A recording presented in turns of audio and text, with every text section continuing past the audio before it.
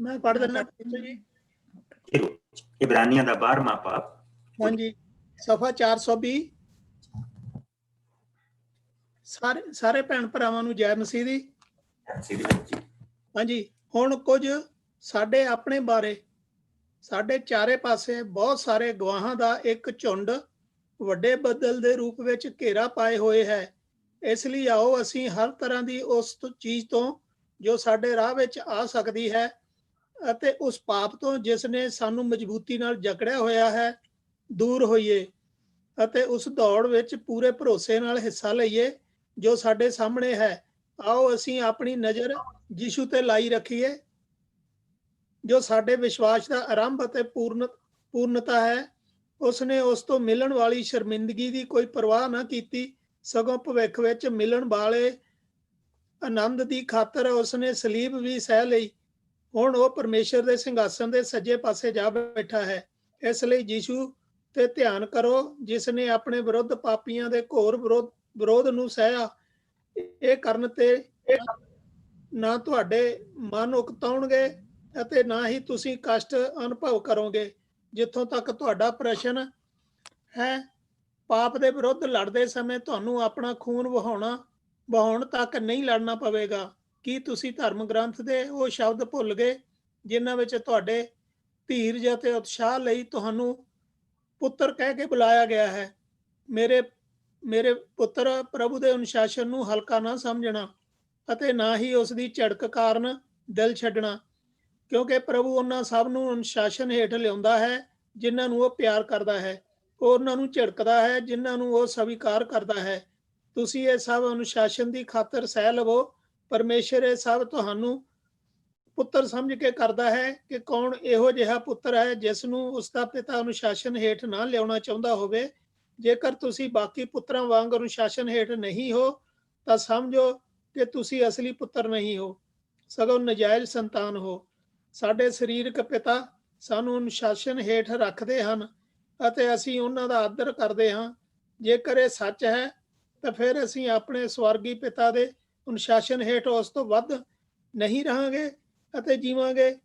ਸਾਡੇ ਸਰੀਰਕ ਪਿਤਾ ਤਾਂ ਸਾਨੂੰ ਕੁਝ ਹੀ ਚਿਰ ਦੇ ਲਈ ਆਪਣੀ ਸਮਝ ਜਿਸ ਤਰ੍ਹਾਂ ਉਹ ਠੀਕ ਸਮਝਦੇ ਹਨ ਅਨੁਸ਼ਾਸਨ ਹੇਠ ਰੱਖਦੇ ਹਨ, ਪਰ ਸਵਰਗੀ ਪਿਤਾ ਸਾਨੂੰ ਸਾਡੇ ਭਲੇ ਲਈ ਅਨੁਸ਼ਾਸਨ ਹੇਠ ਰੱਖਦਾ ਹੈ ਕਿ ਅਸੀਂ ਉਸ ਦੀ ਪਵਿੱਤਰਤਾ ਦੇ ਹਿੱਸੇਦਾਰ ਬਣੀਏ। ਕੱਲ ਪ੍ਰਭੂ ਦੇ ਇਸ ਵਚਨ ਦੇ ਰਹਿੰਦਾ ਜੀ 11 ਰਹਿੰਦੇ ਆ 11ਵਾਂ। ਕਿਸੇ ਤਰ੍ਹਾਂ ਦਾ ਅਨੁਸ਼ਾਸਨ ਸੁਖਦਾਇਕ ਨਹੀਂ ਹੁੰਦਾ, ਇਹ ਹਮੇਸ਼ਾ ਦੁਖਦਾਇਕ ਹੁੰਦਾ ਹੈ। ਪਰ ਪਿੱਛੋਂ ਜੋ ਇਸ ਦੇ ਹੇਠੋਂ ਨਿਕਲ ਚੁੱਕੇ ਹਨ ਉਹ ਸ਼ਾਂਤੀਪੂਰਨ ਉਚਿਤਤਾ ਸਮੇਤ ਜੀਵਨ ਲਈ ਫਲ ਪ੍ਰਾਪਤ ਕਰਦੇ ਹਨ। ਸਾਰਿਆਂ ਨੂੰ ਪੜ੍ਹੇ ਸੁਣੇ ਜਾਣ ਤੇ ਅਸ਼ੀਸ਼ ਬਰਕਤ ਮਿਲੇ। ਥੈਂਕ ਯੂ ਬ੍ਰਦਰ ਜੀ। ਪ੍ਰਭੂ ਦੇ ਵਚਨ ਚ ਕੱਲ ਅਸੀਂ 4 ਮੇਨ ਚੀਜ਼ਾਂ ਦੇਖੀਆਂ ਸੀ। 4 ਆਇਤਾਂ ਤੇ ਸਾਡਾ ਜਿਹੜਾ ਧਿਆਨ ਸੀ ਉਹ ਟਿਕਿਆ ਸੀ ਇਹਨਾਂ ਪਹਿਲੀਆਂ 11 ਆਇਤਾਂ ਚੋਂ। ਸਭ ਤੋਂ ਪਹਿਲਾਂ ਜਿਹੜਾ ਸੀ ਕਿ ਸਾਡਾ ਧਿਆਨ ਕਿੱਥੇ ਲੱਗਾ ਰਹਿਣਾ ਚਾਹੀਦਾ। ਸਾਡਾ ਜਿਹੜਾ ਧਿਆਨ ਆ ਉਹ ਪ੍ਰਭੂ ਯਿਸੂ ਮਸੀਹ ਦੇ ਚਿਹਰੇ ਤੇ ਲੱਗਾ ਰਹਿਣਾ ਚਾਹੀਦਾ। ਦੂਸਰੀ ਚੀਜ਼ ਜਿਹੜੀ ਅਸੀਂ ਸਿੱਖੀ ਸੀ ਪ੍ਰਭੂ ਦੇ ਵਚਨ ਦੇ ਵਿੱਚੋਂ, ਇਹ ਆਪਾਂ ਵਚਨ ਦੇ ਵਿੱਚੋਂ ਦੇਖਿਆ ਸੀ ਕਿ ਗਵਾਹਾਂ ਦਾ ਝੁੰਡ ਜਿਹੜਾ ਉਸ ਸਮੇਂ ਆਲੇ ਦੁਆਲੇ ਸੀ ਉਹਨਾਂ ਦੇ, ਔਰ ਉਹ ਗਵਾਹ ਜਿਨ੍ਹਾਂ ਨੇ ਪ੍ਰਭੂ ਯਿਸੂ ਮਸੀਹ ਤੋਂ ਨੂੰ ਦੇਖਿਆ ਸੀ, ਪ੍ਰਭੂ ਯਿਸੂ ਮਸੀਹ ਦੇ ਰਾਹੀਂ ਬਰਕਤਾਂ ਪ੍ਰਾਪਤ ਕੀਤੀਆਂ ਸੀ, ਯਿਸੂ ਮਸੀਹ ਨੂੰ ਦੇ ਕੰਮ ਇਸ ਧਰਤੀ ਦੇ ਉੱਤੇ ਦੇਖੇ ਸੀ। ਉਸ ਤੋਂ ਬਾਅਦ ਅਸੀਂ ਦੇਖਿਆ ਸੀਗਾ ਕਿ ਵਚਨ ਦੇ ਵਿੱਚੋਂ ਕਿ ਪਾਪ ਜਿਸ ਦੇ ਵਿੱਚ ਅਸੀਂ ਰਹਿੰਦੇ ਹਾਂ। ਨਾਓ ਮੈਂ ਸਮੁੰਦਰ ਦੀ ਉਦਾਹਰਨ ਦਿੱਤੀ ਸੀ, ਔਰ ਚਾਹੇ ਸਮੁੰਦਰ ਹੋਵੇ ਚਾਹੇ ਦਰਿਆ ਹੋਵੇ ਉਸ ਦੇ ਵਿੱਚ ਮਛਲੀ ਰਹਿੰਦੀ ਹੈ, ਔਰ ਬਾਹਰੋਂ ਅਗਰ ਉਹਨਾਂ ਨੂੰ ਦੇਖੀਏ ਤਾਂ ਇੱਕ ਤੋਂ ਬਾਅਦ ਜਿਹੜੀ ਦੂਸਰੀ ਮਛਲੀ ਬਹੁਤ ਸੁੰਦਰ ਹੁੰਦੀ ਹੈ, ਔਰ ਕਈ ਏਦਾਂ ਦੀਆਂ ਸੁੰਦਰ ਮਛਲੀਆਂ ਹੁੰਦੀਆਂ ਕਿ ਉਹਨਾਂ ਨੂੰ ਅਸੀਂ ਘਰ ਲਿਆ ਕੇ ਵੀ ਰੱਖਦੇ ਹਾਂ, ਲੇਕਿਨ ਉਹ ਆਪਣੇ ਅੰਦਰੋਂ ਬਦਬੂ ਨਹੀਂ ਕੱਢ ਸਕਦੀ। ਪਾਣੀ 'ਚ ਰਹਿੰਦੀ ਹੈ, ਚਾਹੇ ਸਮੁੰਦਰ ਦੇ ਪਾਣੀ 'ਚ ਰਹੇ ਤੇ ਚਾਹੇ ਉਹ ਸਾਫ਼ ਪਾਣੀ ਦੇ ਵਿੱਚ ਰਹੇ, ਆਪਣੇ ਅੰਦਰੋਂ ਬਦਬੂ ਨਹੀਂ ਉਹ ਕੱਢ ਸਕਦੀ, ਉਹ ਉੱਥੇ ਰਹਿੰਦੀ। ਇਸ ਪਾਪ ਦੇ ਵਿੱਚ ਜਿਹੜਾ ਅਦਨ ਦੇ ਬਾਗ ਦੇ ਵਿੱਚ ਡਿੱਗਣਾ ਬਹੁਤ ਸੌਖਾ ਸੀ, ਪਰ ਅਸੀਂ ਆਪਣੇ ਆਪ ਨੂੰ ਇਸ ਦੇ ਵਿੱਚੋਂ ਕੱਢ ਨਹੀਂ ਸਕਦੇ। ਇਸ ਦੇ ਵਿੱਚੋਂ ਕੱਢਣ ਵਾਲਾ ਸਾਨੂੰ ਪ੍ਰਭੂ ਨੇ ਇਹ ਵਸੀਲਾ ਦਿੱਤਾ ਜੋ ਉਹ ਬਣ ਕੇ ਆਇਆ ਬਾਪ ਆਪ, ਇੱਕ ਪੁੱਤਰ ਦੇ ਰੂਪ ਦੇ ਵਿੱਚ ਉਸਨੇ ਸਾਨੂੰ ਦਿੱਤਾ। ਔਰ ਫਿਰ ਅਸੀਂ ਦੇਖਿਆ ਸੀ ਕਿ ਉਸਨੇ ਕਿਸੇ ਤਰ੍ਹਾਂ ਦੀ ਵੀ ਜੋ ਉਸਦੀ ਬੇਇੱਜ਼ਤੀ ਹੋਈ, ਉਸਨੂੰ ਜੋ ਕੋਰੜੇ ਮਾਰੇ ਗਏ, ਉਸਦਾ ਸਰੀਰ ਛਿਲ ਦਿੱਤਾ ਗਿਆ ਔਰ ਫਿਰ ਉਸਨੂੰ ਸਲੀਬ ਦੀ ਮੌਤ ਦਿੱਤੀ ਗਈ।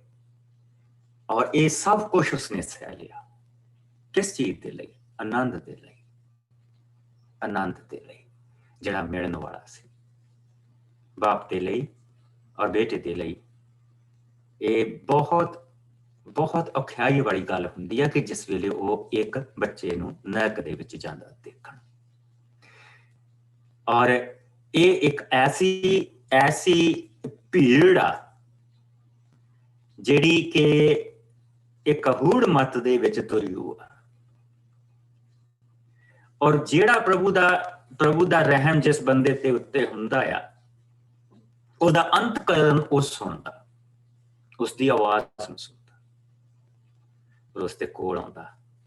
ਤੇ ਵਚਨ ਦੱਸਦਾ ਕਿ ਜਦ ਇੱਕ ਮੁੜ ਕੇ ਵਾਪਸ ਆਉਂਦਾ ਤੇ ਸਵਰਗ ਦੇ ਵਿੱਚ ਖੁਸ਼ੀਆਂ ਮਨਾਈਆਂ ਜਾਂਦੀਆਂ। ਕਿੰਨੀ ਅਜੀਬ ਚੀਜ਼ ਆ, ਕਿੰਨੀ ਅਜੀਬ ਚੀਜ਼ ਹੈ, ਕਿੰਨੀ ਵੱਡੀ ਚੀਜ਼ ਇਹ ਹੋਏਗੀ ਪ੍ਰਭੂ ਦੇ ਲਈ। ਇਹ ਆਨੰਦ ਜੋ ਉਸਨੂੰ ਮਿਲਦਾ ਪ੍ਰਭੂ ਦੇ ਵਚਨ ਚ। ਜਿਸ ਲਈ ਅਸੀਂ ਅੱਗੇ ਵਧੇ ਸੀਗੇ ਤਾਂ ਅਸੀਂ ਪ੍ਰਭੂ ਦੇ ਅਨੁਸ਼ਾਸਨ ਦੇ ਬਾਰੇ ਦੇਖਿਆ ਸੀ। ਅਸੀਂ ਦੇਖਿਆ ਸੀ ਕਿ ਕਿਸ ਤਰ੍ਹਾਂ ਉਸਨੇ ਉਸ ਕੌਮ ਨੂੰ ਅਨੁਸ਼ਾਸਿਤ ਕੀਤਾ ਜਿਸ ਕੌਮ ਦੇ ਵਿੱਚ ਉਸਨੇ ਆਪ ਆਉਣਾ ਸੀ। ਉਹਨਾਂ ਨੂੰ ਕਿਸ ਤਰ੍ਹਾਂ ਪੂਰੇ 70 ਸਾਲ ਦੀ ਗੁਲਾਮੀ ਦੇ ਵਿੱਚ ਘੱਲਿਆ ਔਰ ਉੱਥੇ ਉਹਨਾਂ ਨੂੰ ਤਰ੍ਹਾਂ ਤਰ੍ਹਾਂ ਦੇ ਮਿਰਾਕਲਸ ਦੇ ਨਾਲ ਉੱਥੇ ਦੇ ਰਾਜਿਆਂ ਨੂੰ ਇਹ ਦਿਖਾ ਦਿੱਤਾ ਕਿ ਇਹ ਜਿਉਂਦੇ ਪ੍ਰਭੂ ਦੇ ਲੋਕ। ਸੋ ਉਹ ਵੱਧ ਸਕੇ, ਆਪਣੇ ਮੁੜ ਕੇ ਪ੍ਰਭੂ ਦੇ ਵਿੱਚ ਇਕੱਠੇ ਹੋ ਸਕੇ। ਮੁੜ ਕੇ ਪ੍ਰਭੂ ਦਾ ਵਚਨ ਉੱਥੇ ਉਹਨਾਂ ਨੂੰ ਮਿਲਣਾ ਸ਼ੁਰੂ ਹੋਇਆ। ਔਰ ਅਸੀਂ ਦੇਖਿਆ ਕਿ ਕਿਸ ਤਰ੍ਹਾਂ ਉੱਥੇ ਜਿਹੜੇ ਜ਼ਕਰੀਆ ਵਰਗੇ ਨਬੀ ਜਿਨ੍ਹਾਂ ਦੀਆਂ ਲਿਖਤਾਂ ਸਾਨੂੰ ਉੱਥੋਂ ਪ੍ਰਾਪਤ ਹੁੰਦੀਆਂ ਔਰ ਜੋ ਆਰਾਮੀ ਭਾਸ਼ਾ ਦੇ ਵਿੱਚ ਲਿਖੀਆਂ ਗਈਆਂ। ਉਸ ਤੋਂ ਬਾਅਦ ਉਹ ਵਾਪਸ ਆਏ। ਪ੍ਰਭੂ ਨੇ ਉਹਨਾਂ ਨੂੰ ਮੰਦਰ ਦਿੱਤਾ, ਪ੍ਰਭੂ ਨੇ ਉਹਨਾਂ ਨੂੰ ਮੁੜ ਕੇ ਉਹਨਾਂ ਦਾ ਸ਼ਹਿਰ ਦਿੱਤਾ, ਪ੍ਰਭੂ ਨੇ ਉਹਨਾਂ ਨੂੰ ਮੁੜ ਕੇ ਵਸਾਇਆ। ਲੇਕਿਨ ਮਨ ਦੀ ਕਠੋਰਤਾ ਉਹਨਾਂ ਦੀ ਨਹੀਂ ਗਈ।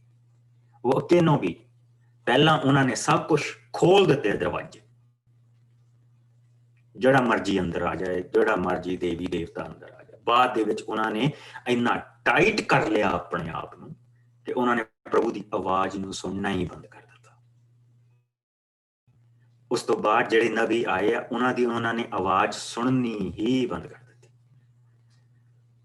ਔਰ ਉਹਨਾਂ ਨੇ ਆਪਣਿਆਂ ਨੂੰ ਵੀ ਬਾਹਰ ਕੱਢਣਾ ਸ਼ੁਰੂ ਕਰ ਦਿੱਤਾ ਔਰ ਉਹ ਧਰਮੀ ਬਣ ਕੇ ਅੰਦਰ ਬਹਿ ਗਏ। ਗਾਂ ਜਾ ਕੇ ਇਹਨਾਂ ਚੀਜ਼ਾਂ ਨੂੰ ਅਸੀਂ ਖੋਲ ਕੇ ਦੇਖਾਂਗੇ।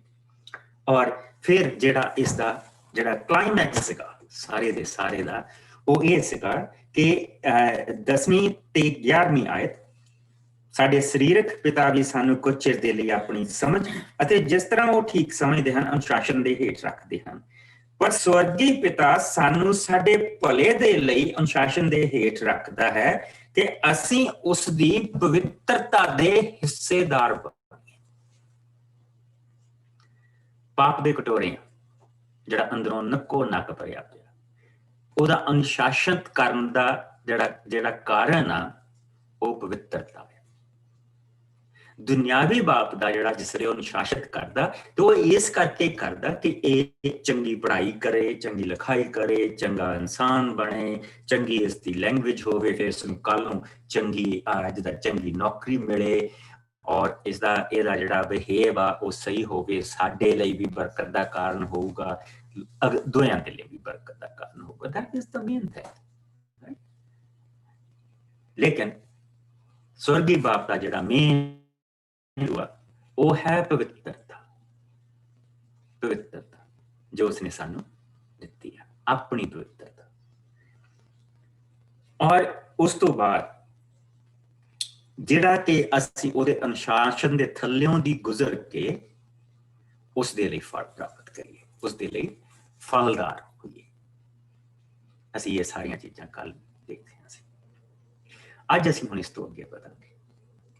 ਅੱਜ ਅਸੀਂ ਇੱਕ ਸਟੱਡੀ ਐਸੀ ਦੇਖਾਂਗੇ ਕਿ ਜਿਸ ਦੇ ਵਿੱਚ ਸਾਨੂੰ ਪੁਰਾਣੇ ਨਿਯਮ ਦੇ ਜਿਹੜੇ ਲੋਕ ਆ ਔਰ ਅਸੀਂ ਜੋ ਪ੍ਰਭੂ ਦੇ ਵਿੱਚ ਆਏ ਆ, ਉਸਨੇ ਹੁਣ ਸਾਨੂੰ ਦੋਨਾਂ ਦੀ ਜਗ੍ਹਾ ਦਿਖਾਉਣੀ। ਉਹਨਾਂ ਦੀ ਜਗ੍ਹਾ ਕੀ ਆ ਤੇ ਤੁਹਾਡੀ ਜਗ੍ਹਾ ਕੀ ਆ, ਉਹ ਕੌਣ ਆ ਤੇ ਤੁਸੀਂ ਯਿਸੂ ਦੇ ਵਿੱਚ ਕੌਣ ਆ। ਉਹ ਮੂਸਾ ਦੇ ਵਿੱਚ ਕੌਣ ਆ, ਤੁਸੀਂ ਯਿਸੂ ਦੇ ਵਿੱਚ ਕੌਣ। ਰਾਈਟ? ਜਿੱਦਾਂ ਮੂਸਾ ਇੱਕ ਨਬੀ ਉਹਨਾਂ ਨੂੰ ਦਿੱਤਾ ਗਿਆ ਸੀ ਤੇ ਮੂਸਾ ਨੇ ਕਿਹਾ ਸੀ ਮੇਰੇ ਵਰਗਾ ਇੱਕ ਆਏਗਾ, ਤੁਸੀਂ ਉਸਦੀ ਸੁਣਨਾ।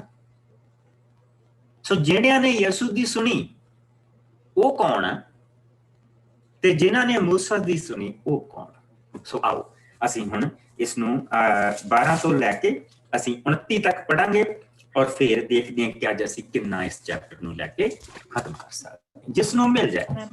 ਮੈਂ ਪੜ੍ਹ ਦਿੰਦੀ ਪਾਸਟਰ ਜੀ। ਹਦਾਇਤਾਂ ਅਤੇ ਚੇਤਾਵਨੀ। ਆਪਣੇ ਨਿਰਮਲ ਹੱਥਾਂ ਤੇ ਸ਼ਕਤੀਹੀਨ ਗੋਡਿਆਂ ਨੂੰ ਤਕੜੇ ਕਰੋ, ਆਪਣੇ ਪੈਰਾਂ ਨੂੰ ਸਿੱਧੇ ਰਾਹ ਤੇ ਚਲਾਵੋ ਤਾਂ ਨਿਰਬਲ ਅੰਗ ਟੁੱਟੇ ਨਹੀਂ ਰਹਿਣਗੇ, ਸਗੋਂ ਠੀਕ ਹੋ ਜਾਣਗੇ। ਹਰ ਇੱਕ ਨਾਲ ਸ਼ਾਂਤੀ ਪੂਰਵਕ ਰਹੋ ਅਤੇ ਪਵਿੱਤਰਤਾ ਦੀ ਖੋਜ ਵਿੱਚ ਰਹੋ, ਜਿਸ ਦੇ ਬਿਨਾਂ ਕੋਈ ਵੀ ਮਨੁੱਖ ਪ੍ਰਭੂ ਦੇ ਦਰਸ਼ਨ ਨਹੀਂ ਕਰ ਸਕਦਾ ਹੈ।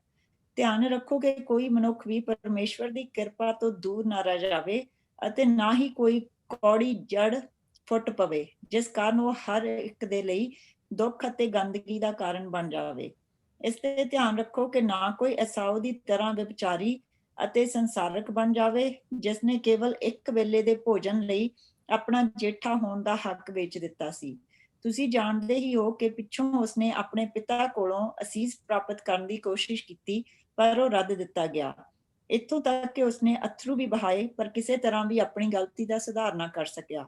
ਤੁਸੀਂ ਉਸ ਪਹਾੜ ਸਿਓਨ ਤੱਕ ਨਹੀਂ ਪਹੁੰਚੇ ਹੋ ਕਿ ਤੁਸੀਂ ਉਸ ਨੂੰ ਛੂ ਕੇ ਅਨੁਭਵ ਕਰ ਸਕੋ, ਜਾਂ ਉਸ ਉਤਲੇ ਹਨੇਰੇ ਜਾਂ ਧੁੰਦਲੇਪਨ, ਤੇਜ਼ ਹਵਾ ਵਰਗੀ ਸੀ ਦੀ ਆਵਾਜ਼, ਬਿਗਲ ਦੀ ਉੱਚੀ ਆਵਾਜ਼ ਜਾਂ ਅਦਭੁਤ ਆਵਾਜ਼ ਨੂੰ ਸੁਣ ਸਕੋ।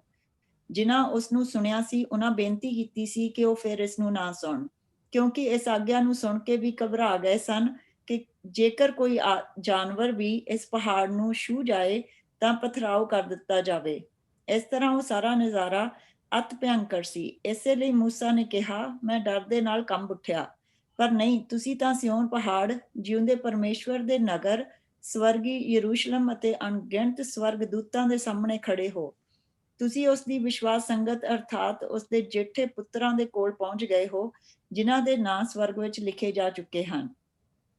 ਤੁਸੀਂ ਸਰਵ ਮਨੁੱਖਤਾ ਦੇ ਨਿਆਂਕਰਤਾ ਪਰਮੇਸ਼ਵਰ ਅਤੇ ਉਹਨਾਂ ਭਲੀਆਂ ਆਤਮਾਵਾਂ ਦੇ ਸਾਹਮਣੇ ਖੜੇ ਹੋ ਜੋ ਪੂਰਨ ਕੀਤੀਆਂ ਜਾ ਚੁੱਕੀਆਂ ਹਨ, ਅਤੇ ਤੁਸੀਂ ਯਿਸੂ ਦੇ ਕੋਲ, ਜੋ ਨਵੇਂ ਨੇਮ ਦਾ ਵਿਚੋਲਾ ਅਤੇ ਜਿਸ ਦਾ ਵਹਾਇਆ ਗਿਆ ਖੂਨ ਹਾਬਲ ਦੇ ਖੂਨ ਨਾਲੋਂ ਕਿਤੇ ਉੱਤਮ ਵਸਤਾਂ ਬਾਰੇ ਦੱਸਦਾ ਹੈ, ਖੜੇ ਰਹੋ। ਇਸ ਦਾ ਵੀ ਧਿਆਨ ਰੱਖੋ ਕਿ ਤੁਸੀਂ ਯਿਸੂ ਨੂੰ, ਜੋ ਤੁਹਾਡੇ ਨਾਲ ਬੋਲਦਾ ਹੈ, ਸੁਣਨ ਤੋਂ ਇਨਕਾਰ ਨਾ ਕਰ ਦੇਵੋ। ਉਹ ਜਿਨ੍ਹਾਂ ਨੇ ਮੂਸਾ ਨੂੰ, ਜਿਸ ਦਾ ਸਬੰਧ ਧਰਤੀ ਨਾਲ ਸੀ, ਸੁਣਨ ਤੋਂ ਇਨਕਾਰ ਕੀਤਾ ਸੀ, ਉਹ ਬਚ ਨਾ ਸਕੇ। ਫਿਰ ਜੇਕਰ ਅਸੀਂ ਉਸ ਨੂੰ ਸੁਣਨ ਤੋਂ ਇਨਕਾਰ ਕਰਾਂਗੇ ਜੋ ਸਵਰਗ ਤੋਂ ਬੋਲਦਾ ਹੈ, ਤਾਂ ਅਸੀਂ ਕਿਸ ਤਰ੍ਹਾਂ ਬਚ ਸਕਾਂਗੇ। ਉਸ ਸਮੇਂ ਪਰਮੇਸ਼ਵਰ ਦੀ ਆਵਾਜ਼ ਨਾਲ ਧਰਤੀ ਕੰਬ ਗਈ ਸੀ, ਪਰ ਹੁਣ ਉਸਨੇ ਪ੍ਰਤਿਗਿਆ ਕੀਤੀ ਹੈ, ਮੈਂ ਇੱਕ ਵਾਰ ਫਿਰ ਨਾ ਕੇਵਲ ਧਰਤੀ ਨੂੰ ਕੰਬਾਵਾਂਗਾ, ਸਗੋਂ ਇਹੋ ਹਾਲ ਆਕਾਸ਼ ਦਾ ਵੀ ਕਰਾਂਗਾ। ਇੱਥੇ ਇੱਕ ਵਾਰ ਫਿਰ ਦਾ ਅਰਥ ਹੈ ਉਹ ਸਭ ਰਚੀਆਂ ਚੀਜ਼ਾਂ ਜੋ ਕੰਬਣ, ਦੂਰ ਹੋ ਜਾਣ ਅਤੇ ਇਸ ਦੇ ਪਿੱਛੋਂ ਕੇਵਲ ਉਹੀ ਚੀਜ਼ਾਂ ਰਹਿਣ ਜੋ ਨਾ ਕੰਬੀਆਂ ਹੋਣ। ਸੋ ਆਓ ਅਸੀਂ ਧੰਨਵਾਦ ਕਰੀਏ, ਕਿਉਂਕਿ ਅਸੀਂ ਕੰਬਾਏ ਜਾਣ ਵਾਲੇ ਰਾਜ ਨੂੰ ਪ੍ਰਾਪਤ ਨਹੀਂ ਕਰਾਂਗੇ। ਆਓ ਅਸੀਂ ਧੰਨਵਾਦੀ ਮਨ ਅਤੇ ਆਦਰ ਭਾਵ ਨਾਲ ਡਰਦੇ ਹੋਏ ਪਰਮੇਸ਼ਵਰ ਦੀ ਆਰਾਧਨਾ ਇਸ ਤਰ੍ਹਾਂ ਕਰੀਏ ਕਿ ਉਹ ਸਾਨੂੰ ਸਵੀਕਾਰ ਕਰ ਸਕੇ, ਕਿਉਂਕਿ ਸਾਡਾ ਪਰਮੇਸ਼ਵਰ ਭਸਮ ਕਰਨ ਵਾਲੀ ਅੱਗ ਹੈ।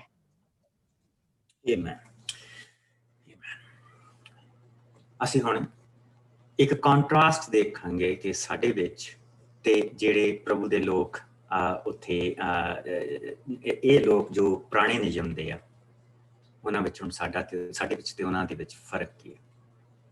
ਸੋ ਜਿਸ ਵੇਲੇ ਅਸੀਂ ਇਸ ਦੇ 12ਵੀਂ ਆਇਤ ਦੇ ਵਿੱਚ ਆਉਂਦੇ ਆ ਤਾਂ ਉਸਨੇ ਸਾਨੂੰ ਜਿਹੜੀ ਚੀਜ਼ ਕਹੀ ਆ ਉਹ ਮੇਨ ਚੀਜ਼ ਆ, ਉਹਦੇ ਕਰਕੇ ਬਾਕੀ ਦਾ ਜਿੰਨਾ ਹਿੱਸਾ ਸਾਨੂੰ ਦਿੱਤਾ ਗਿਆ ਉਹ ਇਸ ਕਰਕੇ ਦਿੱਤਾ ਗਿਆ।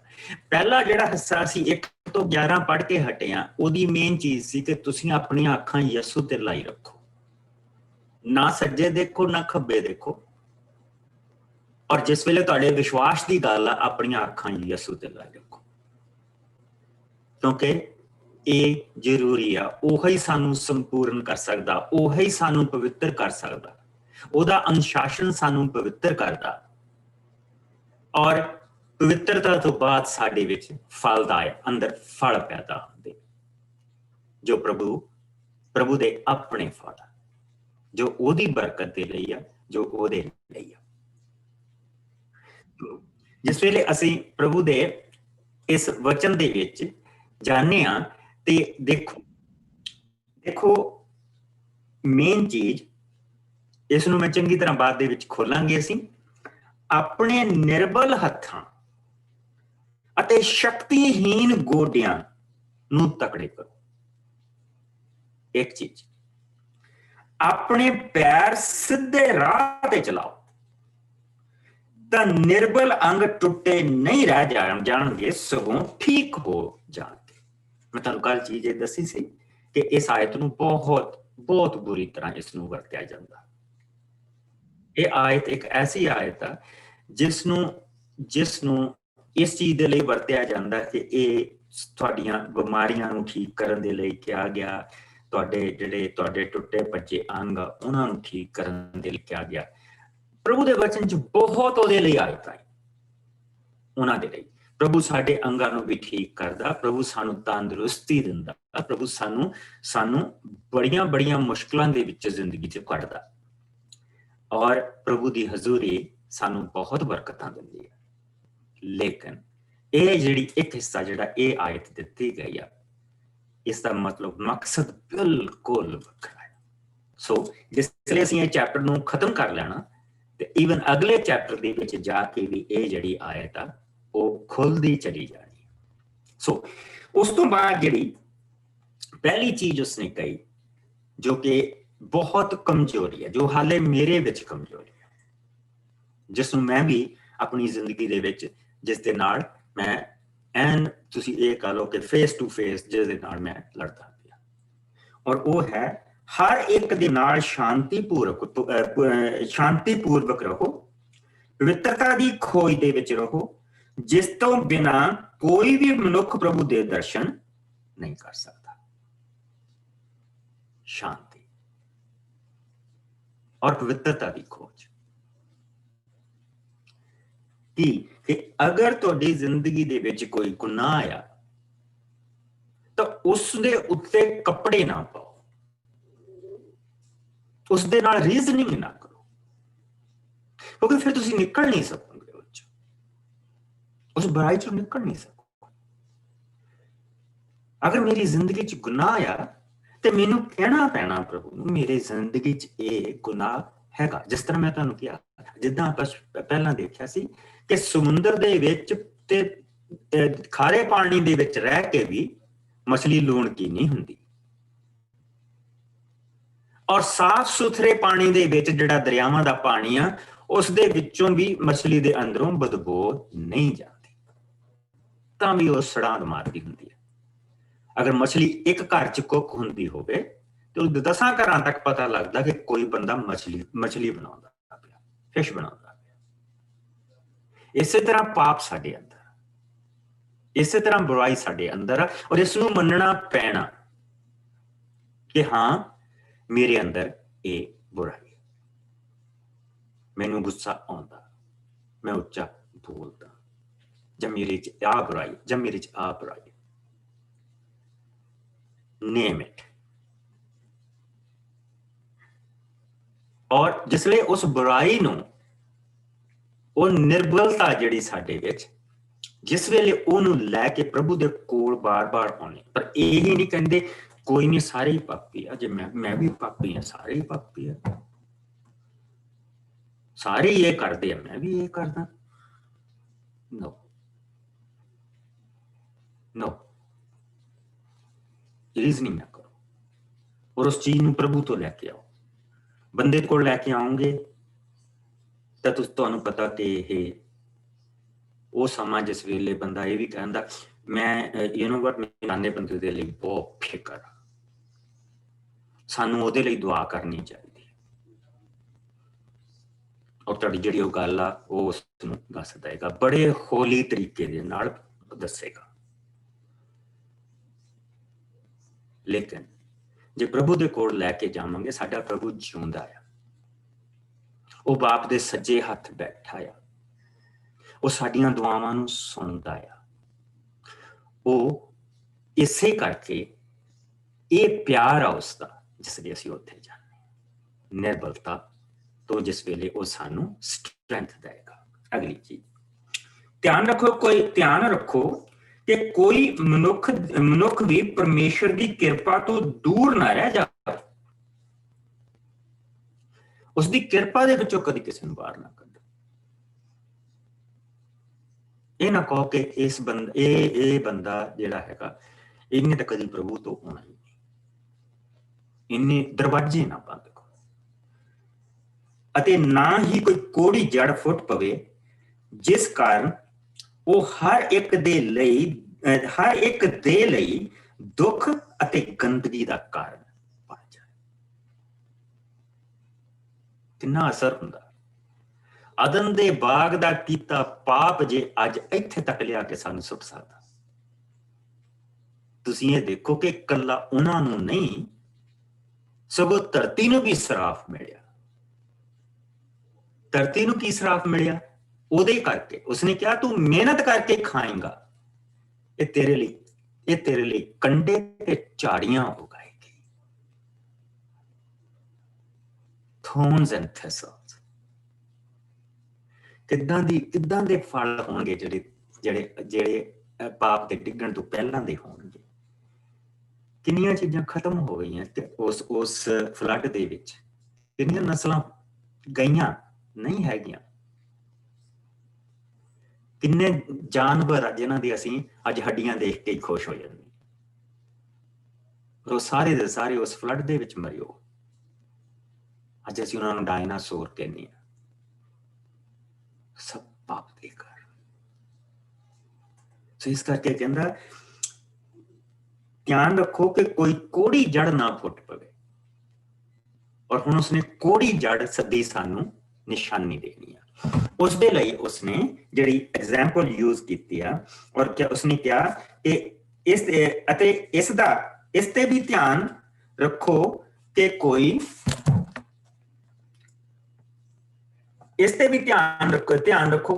ਕੋਈ ਅਸਾਓ ਦੀ ਤਰ੍ਹਾਂ ਵਿਚਾਰੀ ਅਤੇ ਸੰਸਾਰਕ ਬਣ ਜਾਵੇ, ਜਿਸਨੇ ਕੇਵਲ ਇੱਕ ਵੇਲੇ ਦੇ ਭੋਜਨ ਦੇ ਲਈ ਆਪਣਾ ਜੇਠੇ ਹੋਣ ਦਾ ਅਧਿਕਾਰ ਵੇਚ ਦਿੱਤਾ ਸੀ। ਬੜੀ ਮੁਸ਼ਕਲ ਦੇ ਨਾਲ ਸਾਨੂੰ ਪ੍ਰਭੂ ਤੋਂ ਇਹ ਮੁਕਤੀ ਮਿਲੀ ਆ। ਲੋਕ ਜੱਬਦੇ ਫਿਰਦੇ ਆ, ਲੱਭਦੇ ਫਿਰਦੇ ਆ। ਪਹਾੜਾਂ ਦੇ ਵਿੱਚ ਜਿੱਥੋਂ ਅਸੀਂ ਆਏ ਆ, ਸਾਡੇ ਲਾਗੇ ਪਹਾੜੀਆਂ 5-7 ਕਿਲੋਮੀਟਰ ਦੂਰ ਗਾਂ ਜਾ ਕੇ ਪਹਾੜੀਆਂ ਸ਼ੁਰੂ ਹੋ ਜਾਂਦੀਆਂ, 10 ਕਿਲੋਮੀਟਰ 15 ਕਿਲੋਮੀਟਰ ਹੋਣਗੀਆਂ। ਔਰ ਦੱਸਦੇ ਆ ਜਿਹੜੇ ਉੱਥੋਂ ਪਹਾੜ ਤੋਂ ਲੋਕ ਆਉਂਦੇ ਆ ਕਿ ਉਹ ਕਈ ਵਾਰੀ ਜਿਹੜੇ ਉੱਥੇ ਪਹਾੜ ਦੇ ਵਿੱਚ ਜਿਹੜੀਆਂ ਗੁਫਾਵਾਂ ਹੁੰਦੀਆਂ, ਜਿਸ ਲਈ ਉਹ ਅੰਦਰ ਜਾ ਕੇ ਦੇਖਦੇ ਆ, ਤੇ ਉੱਥੇ ਜਿਹੜੇ ਸਾਧੂ ਗਏ ਆ, ਤਪੱਸਿਆ ਕਰਨ ਗਏ ਆ, ਅਕੇਲੇ ਪੰਚ ਗਏ ਆ, ਤਾਂ ਉਹਨਾਂ ਦੀਆਂ ਹੱਡੀਆਂ ਉੱਥੇ ਪਈਆਂ ਹਾਲੇ। ਕਿਸ ਤਰ੍ਹਾਂ ਤੁਸੀਂ ਦੇਖੋ ਕਿ ਉਹ ਠਠਰਦੇ ਫਿਰਦੇ। ਮੇਰੇ ਕੋਲ ਬਹੁਤ ਪਿਆਰੀ ਇੱਕ ਵੀਡੀਓ ਆਈ ਸੀ, ਮੈਂ ਤੁਹਾਨੂੰ ਕੱਲ ਨੂੰ ਦਿਖਾਊਂਗਾ ਕਿ ਹਿਮਾਲਿਆ ਪਰਬਤ ਦੇ ਉੱਤੇ ਉਹ ਬਿਲਕੁਲ ਇੱਕ ਧੋਤੀ ਲਾਈ ਹੋਆ, ਬਰਫ਼ ਡਿੱਗਦੀ ਪਈ ਆ, ਤੇ ਉਹ ਬੈਠੇ ਸ਼ਿਵ ਜੀ ਦੀ ਉੱਥੇ ਪੂਜਾ ਕਰਦੇ। ਕਾਹਦੇ ਲਈ? ਮੋਕਸ਼ ਦੇ ਲਈ। ਮੋਕਸ਼ ਮਿਲ ਜਾਏ। ਗੰਗਾ ਦਾ ਤੱਟ ਭਰੇ ਪਏ ਲੋਕਾਂ ਦੇ ਨਾਲ।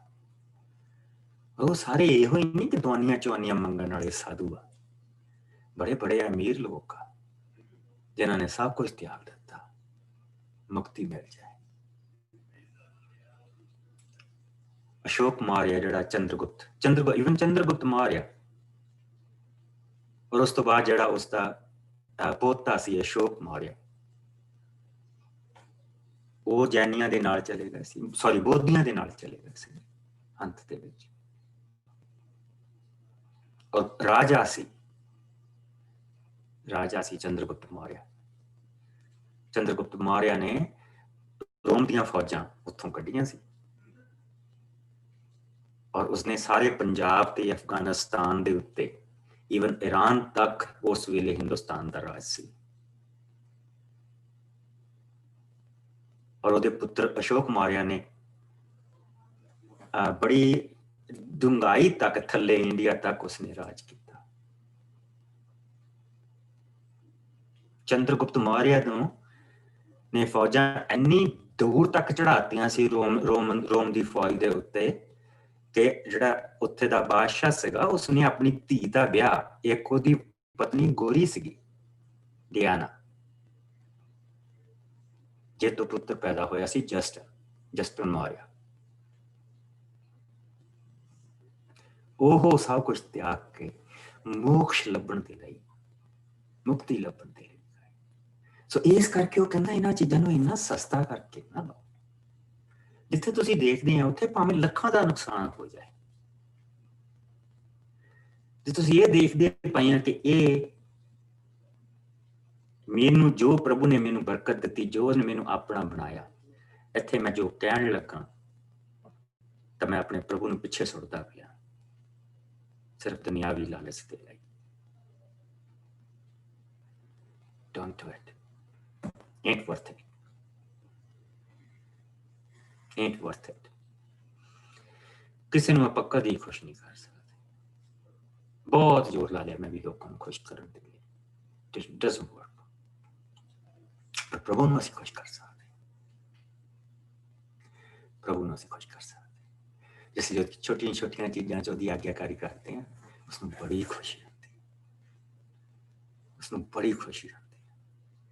ਜਿਸ ਤਰ੍ਹਾਂ ਅਗਰ ਸਾਡੇ ਬੱਚੇ ਆਗਿਆਕਾਰੀ ਹੋਣ, ਛੋਟੀਆਂ ਛੋਟੀਆਂ ਚੀਜ਼ਾਂ ਦੇ ਵਿੱਚ ਉਹ ਸਾਡਾ ਧਿਆਨ ਰੱਖਣ, ਨਿੱਕੀਆਂ ਨਿੱਕੀਆਂ ਚੀਜ਼ਾਂ ਕਰਨ, ਸਾਡੇ ਲਈ ਕਿੰਨੀ ਖੁਸ਼ੀ ਹੁੰਦੀ। ਪ੍ਰਭੂ ਵੱਡੀਆਂ ਵੱਡੀਆਂ ਚੀਜ਼ਾਂ ਨਹੀਂ ਸਾਡੇ ਕੋਲੋਂ ਮੰਗਦਾ,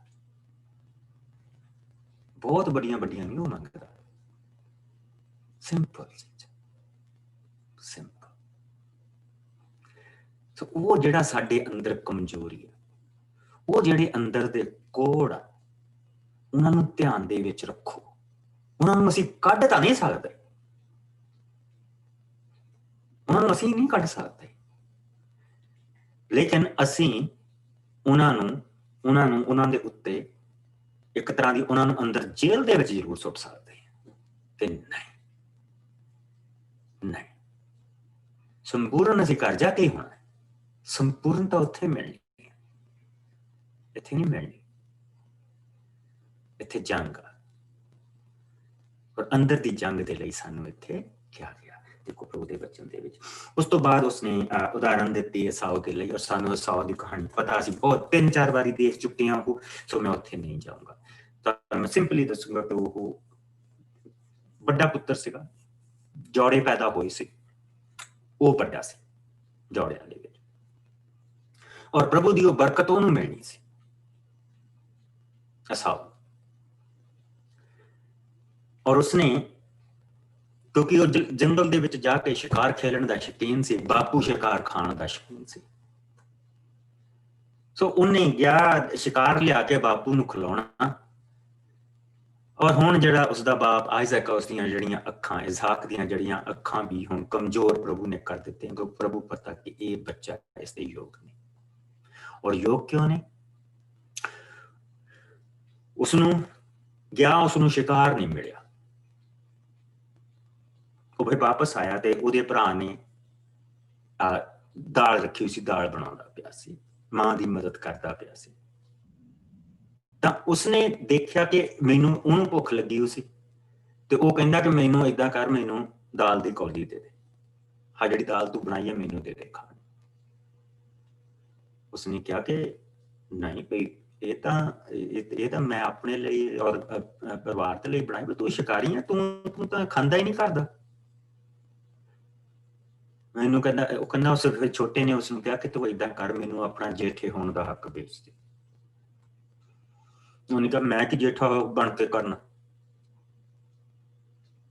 ਤੇ ਸੋ ਉਸਨੇ ਕਿਹਾ ਕਿ ਲੈ ਲਾ ਮੇਰਾ ਜੇਠੇ ਹੋਣ ਦਾ ਅਧਿਕਾਰ। ਸੋ ਸਹੁੰ ਖਾ ਕੇ ਉਸਨੇ ਉਹ ਅਧਿਕਾਰ ਉਹਨੂੰ ਦੇ ਦਿੱਤਾ, ਤੇ ਉਹਨੇ ਦਾਲ ਦੀ ਕੌਲੀ ਉਹਨੂੰ ਦੇ ਦਿੱਤੀ ਖਾਣ ਨੂੰ, ਖਾ ਕੇ ਚਲਾ। ਲੇਕਿਨ ਉਸਨੂੰ ਇਹ ਨਹੀਂ ਸਹੀ ਪਤਾ ਕਿ ਉਸਨੇ ਪ੍ਰਭੂ ਨੂੰ ਦੇ ਨਾਲ ਪ੍ਰਭੂ ਦਾ ਦਿਲ ਉੱਥੇ ਉਸਨੇ ਕਿੰਨਾ ਦੁਖਾਇਆ, ਕਿੰਨਾ ਦੁਖਾਇਆ ਕਿ ਪ੍ਰਭੂ ਉਸਨੂੰ ਇੱਕ ਬਰਕਤ ਦੇਣ ਜਾ ਰਿਹਾ ਸੀ। ਉਸਦੇ ਘਰ ਦੇ ਵਿੱਚ ਮਸੀਹ ਪੈਦਾ ਹੋਣਾ ਸੀ, ਉਹਦੀ ਲਾਈਨ 'ਚ ਮਸੀਹ ਨੇ ਪੈਦਾ ਹੋਣਾ ਸੀ। ਉਸਨੇ ਉਸ ਚੀਜ਼ ਨੂੰ ਤੁੱਛ ਜਾਣਿਆ ਇੱਕ ਦਾਲ ਦੀ ਕੌਲੀ ਦੇ ਲਈ। ਸੋ ਪ੍ਰਭੂ ਨੇ ਉਸਦੇ ਰਸਤੇ ਬਦਲ ਦਿੱਤੇ। ਫਿਰ ਉਸਨੇ ਜਿਹੜੀਆਂ ਉੱਥੇ ਦੀਆਂ ਕਨਾਨੀ ਔਰਤਾਂ ਸੀ ਉਹਨਾਂ ਦੇ ਨਾਲ ਵਿਆਹ ਕਰਾ ਲਿਆ, ਜਿਸ ਦੇ ਨਾਲ ਮਾਂ ਨੇ ਕਿਹਾ ਕਿ ਨਹੀਂ, ਇਹ ਨਹੀਂ ਹੋ ਸਕਦਾ। ਸੋ ਦਿਨ ਆਇਆ, ਇਸਾਕ ਨੇ ਕਿਹਾ ਅੱਛਾ ਹੁਣ ਮੈਂ ਬਜ਼ੁਰਗ ਹੋ ਗਿਆ, ਮੈਨੂੰ ਦੀਦਾ ਵੀ ਨਹੀਂ। ਪ੍ਰਭੂ ਨੇ ਉਹਦੀਆਂ ਪਿਓ ਦੀਆਂ ਅੱਖਾਂ ਖੋਲੀਆਂ। ਦੇਖੋ ਕਿੰਨੀ ਦੂਰ ਤੱਕ ਪਰਮੇਸ਼ਰ ਜਾ ਰਿਹਾ ਕਿ ਉਹਨੂੰ ਬਰਕਤ ਨਾ ਹੁਣ ਮਿਲੇ। ਤਾਂ ਉਸਨੂੰ ਕਹਿੰਦਾ ਜਾ ਤੂੰ ਸ਼ਿਕਾਰ ਮਾਰ ਕੇ ਲਿਆ ਤੇ ਬਣਾ ਕੇ ਮੈਨੂੰ ਖੜਾ, ਤੇ ਫਿਰ ਮੈਂ ਤੈਨੂੰ ਬਰਕਤ ਦਊਂਗਾ। ਮਾਂ ਨੇ ਸੁਣ ਲਿਆ। ਉਸਨੇ ਕਿਹਾ ਨਾ, ਇਹ ਤਾਂ ਨਹੀਂ ਕਿ ਇਹ ਕਾਬਲ ਨਹੀਂ, ਇਹ ਉਸ ਬਰਕਤ ਦੇ ਕਾਬਲ ਨਹੀਂ ਜਿਸ ਨੂੰ ਇਸਨੇ ਵੇਚ ਦਿੱਤਾ ਹੈ। ਪ੍ਰਭੂ ਇਸ ਤਰ੍ਹਾਂ ਸਸਤਿਆਂ ਦੇ ਵਿੱਚ ਨਹੀਂ ਲਿਆ ਜਾਂਦਾ, ਕਿਉਂਕਿ ਸਾਡੇ ਕੋਲ ਜਿਹੜੀ ਸਭ ਤੋਂ ਵੱਡੀ ਔਰ ਜਿਹੜੀ ਸਾਡਾ ਸਭ ਤੋਂ ਪਿਆਰਾ ਪੋਜੈਸ਼ਨ ਆ ਉਹ ਪ੍ਰਭੂ ਯਿਸੂ ਮਸੀਹ ਹੈ। ਸਾਡੀ ਮੁਕਤੀ ਜਿਹੜੀ ਉਹਦੇ ਵਿੱਚ ਆ, ਉਹ ਸਭ ਤੋਂ ਸਾਡਾ ਵੱਡਾ ਪੋਜੈਸ਼ਨ ਆ। ਬਾਕੀ ਚੀਜ਼ਾਂ ਬਾਅਦ ਚ, ਬਾਕੀ ਦੀਆਂ ਚੀਜ਼ਾਂ ਬਾਅਦ ਦੇ ਵਿੱਚ। ਸੋ ਉਸਨੇ ਮਾਂ ਨੇ ਉਸਨੂੰ ਕਿਹਾ ਕਿ ਏਦਾਂ ਕਰ, ਮੈਨੂੰ ਪਤਾ ਤੇਰਾ ਬਾਪੂ ਕੀ ਲਾਈਕ ਕਰਦਾ, ਤੇ ਤੂੰ ਜਾ ਕੇ ਉੱਥੋਂ ਲੇਲਾ ਲੈ ਕੇ ਆ, ਉਸਨੂੰ ਵੱਢ ਤੇ ਮੇਰੇ ਕੋਲ ਲੈ ਕੇ ਆ, ਤੇ ਮੈਂ ਉਹਨੂੰ ਬਣਾ ਦਿੰਦੀ। ਤੇ ਤੂੰ ਜਾ ਤੇ ਉਹਨੇ ਕਿਹਾ ਫਿਰ ਉਹਨੇ ਮੈਨੂੰ ਤਾਂ ਪਛਾਣ ਲੈਣਾ, ਮੇਰੀ ਆਵਾਜ਼ ਵੀ ਨਹੀਂ ਉਹਦੇ ਵਰਗੀ, ਪਰ ਦੂਸਰਾ ਉਹ ਤਾਂ ਜੱਤ ਦੇ ਨਾਲ ਭਰਿਆ ਪਿਆ, ਉਹਦੇ ਤਾਂ ਜੱਤ ਬਹੁਤ ਆ। ਉਹ ਕਹਿੰਦੇ ਏਦਾਂ ਕਰਨ, ਜਿਹੜੀ ਲੇਲੇ ਦੀ ਖੱਲ ਆ ਉਹ ਵੀ ਲਿਆ। ਸੋ ਉਹਨੇ ਲੇਲੇ ਦੀ ਖੱਲ ਉਹਦੀਆਂ ਬਾਹਾਂ ਤੇ ਬੰਨ੍ਹ ਦਿੱਤੀ ਤੇ ਖਾਣਾ ਬਣਾ ਕੇ ਦੇ ਦਿੱਤਾ। ਸੋ ਜਿਸਲੇ ਖਾਣਾ ਬਣਾ ਕੇ ਲਿਆ, ਕਹਿੰਦਾ ਬੜੀ ਜਲਦੀ ਉਹਨੂੰ ਸ਼ਿਕਾਰ ਮਿਲ ਗਿਆ। ਹਾਂ ਕਹਿੰਦਾ ਤੇਰੇ ਪ੍ਰਭੂ ਨੇ ਰਹਿਮ ਕੀਤੀ, ਲੈ ਕਹਿੰਦਾ ਖਾ ਤੇ ਮੈਨੂੰ ਬਰਕਤ ਦੇ। ਕਹਿੰਦਾ ਤੂੰ ਮੇਰਾ ਪੁੱਤਰ ਅਸਾਵੀ ਆ? ਕਹਿੰਦਾ ਹਾਂ। ਅੱਛਾ ਕਹਿੰਦਾ ਖਾਣਾ ਖਾਧਾ, ਉਹਨੂੰ ਸੁੰਘਿਆ, ਉਹਨੇ ਬਾਪ ਨੂੰ ਦੇਖਦਾ ਤਾਂ ਨਹੀਂ, ਸੁੰਘਿਆ। ਕਹਿੰਦਾ ਤੂੰ ਮੇਰਾ ਪੁੱਤਰ ਅਸਾਵੀ, ਤੇਰੀ ਆਵਾਜ਼ ਕਹਿੰਦਾ ਯਾਕੂਬ ਵਰਗੀ, ਪਰ ਅੱਛਾ ਮੈਂ ਤੈਨੂੰ ਬਰਕਤ। ਜੋ ਅਬਰਾਹਮ ਨੂੰ ਬਰਕਤ ਮਿਲੀ ਸੀ, ਅਬਰਾਹਮ ਨੇ ਇਸਹਾਕ ਨੂੰ ਦਿੱਤੀ। ਇਸਹਾਕ ਨੇ ਉਹੀ ਬਰਕਤ ਆਪਣੇ ਪੁੱਤਰ ਇਸਨੂੰ ਯਾਕੂਬ ਨੂੰ ਦਿੱਤੀ। ਔਰ ਹੁਣ ਉਹ ਵੱਡਾ ਆਇਆ, ਲੈ ਕਹਿੰਦਾ ਬਾਪੂ ਖਾ ਤੇ ਮੈਨੂੰ ਬਰਕਤ ਦੇ। ਉਹ ਕਹਿੰਦਾ ਕਿਹੜੀ ਤੈਨੂੰ ਬਰਕਤ ਦਵਾਂ? ਉਹ ਤਾਂ ਕਹਿੰਦਾ ਮੈਂ ਆਲਰੇਡੀ ਦੇ ਚੁੱਕਾ। ਹੁਣ ਦੇਖੋ ਰੋਂਦਾ ਹੋਇਆ ਕੀ ਕਹਿ ਰਿਹਾ। ਕਹਿੰਦਾ ਉਸਨੇ ਧੋਖੇ ਦੇ ਨਾਲ ਮੇਰੇ ਕੋਲੋਂ ਜੇਠਾ ਹੋਣ ਦਾ ਹੱਕ ਖੋਹ ਲਿਆ। ਤੁਸੀਂ ਮੈਨੂੰ ਇਹ ਦੱਸੋ ਕਿ ਉਹਨੇ ਧੋਖਾ ਕੀਤਾ ਯਾਕੂਬ ਨੇ, ਕਿ ਉਹਨੇ ਮੁੱਲ ਪਾਇਆ ਤੇ ਉਹਨੇ ਉਸ ਮੁੱਲ ਦੇ ਵਿੱਚ ਉਹਨੂੰ ਦੇ ਦਿੱਤਾ। ਉਸਨੇ ਪ੍ਰਭੂ ਦੀ ਉਸ ਚੀਜ਼ ਨੂੰ ਛੋਟਾ ਜਾਣਿਆ, ਛੋਟਾ ਜਾਣਿਆ। ਤਾਂ ਸਭ ਤੋਂ ਪਹਿਲਾਂ ਜਿਹੜਾ ਸਾਨੂੰ ਅੰਦਰੋਂ ਤਕੜਾਪਨ ਕਰਨਾ ਪੈਣਾ, ਉਹ ਇਹ ਤਕੜਾਪਨ ਲੈ ਕੇ ਸਾਨੂੰ ਤੁਰਨਾ ਪੈਣਾ ਕਿ ਕੋਈ ਵੀ ਦੁਨੀਆ ਦੀ ਚੀਜ਼ ਜਿਹੜੀ ਯਿਸੂ ਚ ਮੈਨੂੰ ਮੁਕਤੀ ਮਿਲੀ ਹੋਆ, ਉਸ ਤੋਂ ਵੱਡੀ, ਉਸ ਤੋਂ ਵੱਡੀ ਨਾ ਮੇਰੀ ਜੌਬ, ਨਾ ਮੇਰਾ ਧਨ, ਨਾ ਮੇਰਾ ਪੋਜੈਸ਼ਨ, ਨਾ ਮੇਰੇ ਘਰ। ਇਹ ਤਕੜਾਪਨ ਲੈ ਕੇ ਆਉਣਾ ਪੈਣਾ, ਕਿਉਂਕਿ ਇੱਥੇ ਅਸੀਂ ਬਹੁਤ ਕਮਜ਼ੋਰ ਹੋ ਜਾਂਦੇ ਹਾਂ, ਬਹੁਤ ਕਮਜ਼ੋਰ ਹੋ ਜਾਂਦੇ ਹਾਂ। ਮੇਰੇ ਨਾਲ 9 ਸਾਲ ਬੰਦਾ ਕੰਮ ਕਰਦਾ ਰਿਹਾ, ਉਸਨੇ ਇਹ ਨਹੀਂ ਦੱਸਿਆ ਕਿ ਮੈਂ ਕ੍ਰਿਸਚਨ। ਅਸੀਂ ਜਿਸਲੇ ਸਾਡੀ ਪਾਰਟੀ ਇਵਨ ਕ੍ਰਿਸਮਸ ਦੀ ਵੀ ਹੁੰਦੀ ਸੀ ਨਾ, ਤੇ ਉਹਨੇ ਉਹੀ ਜਿੰਗਲ ਬੈਲ ਤੇ ਜੋ ਉਹ ਸੈਂਟਾ ਕਲੌਜ਼ ਦੀ ਪੂਜਾ ਜਿਹੜੇ ਕਰਦੇ ਅੱਜ ਕੱਲ ਉਹੀ ਉਹਨੇ ਕਰੀ ਜਾਣੀ ਸਾਰਿਆਂ ਦੇ ਨਾਲ। ਹੈਪੀ ਹੌਲੀਡੇ ਸਾਰਿਆਂ ਨੂੰ ਕਹੀ ਜਾਣ। ਇੰਨਾ ਡਰ ਕਿ ਮੈਰੀ ਕ੍ਰਿਸਮਸ ਕਹਿਣ ਤੋਂ ਡਰਦਾ ਸੀ। ਆਪਣੀ ਮੁਕਤੀ ਨੂੰ ਸਸਤਾ ਕਰਕੇ ਲੈਣਾ, ਆਪਣੇ ਉਸ ਮਾਣ ਨੂੰ ਜੋ ਪ੍ਰਭੂ ਨੇ ਸਾਨੂੰ ਦਿੱਤਾ, ਉਹ ਜਿਹੜਾ ਧਰਤੀ ਦੀਆਂ ਨੀਹਾਂ ਰੱਖਣ ਤੋਂ ਪਹਿਲਾਂ ਉਸਨੇ ਚੁਣਿਆ, ਧਰਤੀ ਦੀਆਂ ਨੀਹਾਂ ਰੱਖਣ ਤੋਂ ਪਹਿਲਾਂ ਜੋ ਉਸਨੇ ਸਾਡਾ ਨਾਂ ਉਸ ਜ਼ਿੰਦਗੀ ਦੀ ਪੁਸਤਕ ਦੇ ਵਿੱਚ ਲਿਖ ਦਿੱਤਾ, ਉਸਨੂੰ ਛੋਟਾ ਕਰਕੇ ਲੈਣਾ। ਔਰ ਦੂਸਰੀ ਚੀਜ਼ ਹੁਣ ਅਸੀਂ ਪੜਾਂਗੇ, ਕਿਉਂਕਿ ਉਹ ਅਸੀਂ ਹਾਲੇ ਤੱਕ ਨਹੀਂ ਪੜ੍ਹੀ, ਉਹ ਹੈ ਜਿਸ ਲਈ ਅਸੀਂ ਫਿਰ ਉਸਨੇ ਕਿਹਾ ਤੇ 17ਵੀਂ ਆਇਤ, ਤੁਸੀਂ ਜਾਣਦੇ ਹੋ ਕਿ ਉਸਦੇ ਪਿੱਛੋਂ ਉਹ ਆਪਣੇ ਪਿਤਾ ਦੇ ਕੋਲੋਂ ਅਸੀਸ ਪ੍ਰਾਪਤ ਕਰਨ ਦੀ ਕੋਸ਼ਿਸ਼ ਕੀਤੀ, ਪਰ ਉਹ ਰੱਦ ਦਿੱਤਾ ਗਿਆ। ਇੱਥੋਂ ਤੱਕ ਕਿ ਉਸਨੇ ਅਥਰੂ ਵੀ ਵਹਾਏ, ਪਰ ਕਿਸੇ ਤਰ੍ਹਾਂ ਵੀ ਆਪਣੀ ਗਲਤੀ ਦਾ ਸੁਧਾਰ ਨਾ ਕਰ ਸਕਿਆ। ਵੈਰੀ ਬਹੁਤ ਸਲਿਪਰੀ ਆ, ਇਸ ਗੱਲ ਨੂੰ ਹਮੇਸ਼ਾ ਯਾਦ ਰੱਖਿਓ, ਬਹੁਤ ਸਲਿਪਰੀ ਆ ਉਹ, ਬਹੁਤ ਸਲਿਪਰੀ ਆ। ਨਿੱਕੀਆਂ ਨਿੱਕੀਆਂ ਚੀਜ਼ਾਂ ਚ ਤਾਂ ਸਾਨੂੰ ਸਾਡਾ ਫਾਇਦਾ ਦਿਖਾ ਦਿੰਦਾ ਕਿ ਜੇ ਤੂੰ ਇੱਥੇ ਚੁੱਪ ਕਰ ਰਹੀ, ਜਾਂ ਤੂੰ ਵਗਦੇ ਪਾਣੀ ਦੇ ਨਾਲ ਹੀ ਤੁਰਿਆ ਚਲੇ, ਤੇਰਾ ਫਾਇਦਾ ਆ ਇਹਦੇ ਵਿੱਚ। ਉਹ ਵਗਦੇ ਪਾਣੀ ਦੇ ਨਾਲ ਤਾਂ ਮਰੀ ਮੱਛੀ ਵੀ ਤਰ ਲੈਂਦੀ ਆ। ਇਹ ਜੀਂਦੀ ਸਾਲਮਨ ਮੱਛੀ ਆ ਜਿਹੜੇ ਪਾਣੀ ਦੇ ਰੁੱਖ ਤੋਂ ਦੂਸਰੇ ਪਾਸੇ ਜਾਂਦੀ ਆ। ਕਿਉਂ?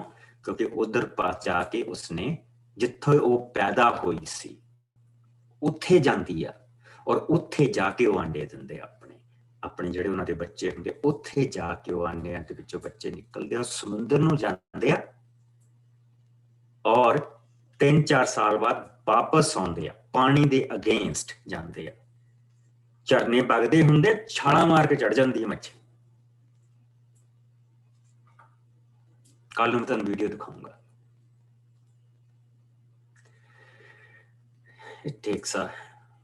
ਜ਼ਿੰਦਗੀ ਜਿਹੜੀ ਯਿਸੂ ਦੀ ਜ਼ਿੰਦਗੀ ਆ ਨਾ, ਉਹ ਸਾਨੂੰ ਬਹਾ ਦੇ ਉਲਟ ਚੱਲਣਾ ਸਿਖਾਉਂਦੀ, ਪਰ ਸੁਧਾਰ ਨਾ ਸਕਿਆ। ਉਸ ਤੋਂ ਬਾਅਦ ਫਿਰ ਉਸਨੇ ਕਿਹਾ ਕਿ ਤੁਸੀਂ ਕੋਈ ਉਸ ਸਿਯੋਨ ਦੇ ਪਹਾੜ ਦੇ ਉੱਤੇ ਨਹੀਂ ਆਇਓ। ਸਿਯੋਨ ਦੇ ਪਹਾੜ ਤੇ ਜਿਹੜੇ ਆਏ ਸੀਗੇ ਉਹ ਥਰ-ਥਰ ਕੰਬਦੇ ਸੀਗੇ, ਔਰ ਅੰਤ ਉਹਨਾਂ ਨੇ ਕਹਿਤਾ ਸੀ ਸਾਨੂੰ ਨਾ ਮੁੜ ਕੇ ਇੱਥੇ ਲਿਆਈ, ਸਾਡਾ ਪਹਾੜ ਕੋਈ ਹੋਰ ਆ, ਸਾਡਾ ਪਹਾੜ ਵੱਖਰਾ ਆ। ਸੋ ਆਓ ਸਿਯੋਨ ਦੇ ਉਸ ਪਹਾੜ ਨੂੰ ਦੇਖਿਓ। ਉਸਨੇ ਕਿਹਾ ਤੁਸੀਂ ਉਸ ਪਹਾੜ ਸਿਯੋਨ ਤੱਕ ਨਹੀਂ ਪਹੁੰਚੇ ਹੋ ਕਿ ਤੁਸੀਂ ਉਸ ਨੂੰ ਛੂ ਕੇ ਅਨੁਭਵ ਕਰ ਸਕੋ, ਜਾਂ ਉਸਦੇ ਉਤਲੇ ਹਨੇਰੇ ਨੂੰ ਦੇਖੋ, ਉਸਦੇ ਉਤਲੇ ਹਨੇਰੇ ਜਾਂ ਧੁੰਦਲੇਪਨ ਨੂੰ, ਜਾਂ ਤੇਜ਼ ਹਵਾ ਵਰਗੀ ਸੀ ਦੀ ਆਵਾਜ਼, ਬਿਗਲ ਦੀ ਉੱਚੀ ਆਵਾਜ਼ ਜਾਂ ਅਦਭੁਤ ਆਵਾਜ਼ ਨੂੰ ਸੁਣ ਸਕੋ। ਜਿਨ੍ਹਾਂ ਉਸ ਨੂੰ ਸੁਣਿਆ ਉਹਨਾਂ ਨੇ ਬੇਨਤੀ ਕੀਤੀ ਸੀ ਕਿ ਉਹ ਫਿਰ ਇਸ ਨੂੰ ਨਾ ਸੁਣ,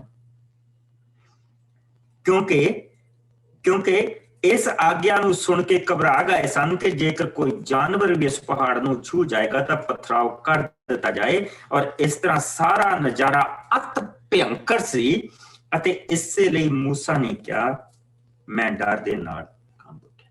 ਤੁਹਾਨੂੰ ਪਤਾ, ਜਿਸ ਵੇਲੇ ਵੀ ਕੋਈ ਨਵੀਂ ਪ੍ਰਭੂ ਦਾ ਦਰਸ਼ਨ ਕਰਦਾ ਸੀ, ਹਮੇਸ਼ਾ ਇੱਕ ਚੀਜ਼ ਕਹਿੰਦਾ ਸੀ, ਮੈਂ ਪ੍ਰਭੂ ਪਰਮੇਸ਼ਰ ਨੂੰ ਦੇਖਿਆ, ਮੈਂ ਫਿਰ ਵੀ ਬਚ ਗਿਆ। ਮੈਂ ਉਸਨੂੰ ਦੇਖਿਆ, ਉਸਦਾ ਸਿੰਘਾਸਨ ਦੇਖਿਆ, ਮੈਂ ਫਿਰ ਵੀ ਬਚ ਗਿਆ। ਕਿਉਂ? ਕਿਉਂਕਿ ਉਸਦੀਆਂ ਇਹ ਅੱਖਾਂ ਉਸਦਾ ਦਰਸ਼ਨ ਨਹੀਂ ਕਰ ਸਕਦੀਆਂ। ਅੱਗੇ ਜਾ ਕੇ ਇਹਨਾਂ ਚੀਜ਼ਾਂ ਨੂੰ ਦੇਖਣ। ਮੇਰੇ ਨਾਲ ਹੁਣ ਆ ਜਾਓ ਤੁਸੀਂ ਪਿਛਲੇ ਪਾਸੇ 106 ਪੰਨੇ ਦੇ ਕੂਚ ਦਾ 19ਵਾਂ ਪਾਪ। ਕੂਚ ਦਾ 19ਵਾਂ ਪਾਪ ਸਾਰਾ ਚੈਪਟਰ ਅਸੀਂ ਪੜ੍ਹਨਾ ਹੈ, ਸਿਰਫ 25 ਆਇਤਾਂ, ਔਰ ਜਿਸ ਨੂੰ ਮਿਲ ਜਾਏ ਉਸ ਨੂੰ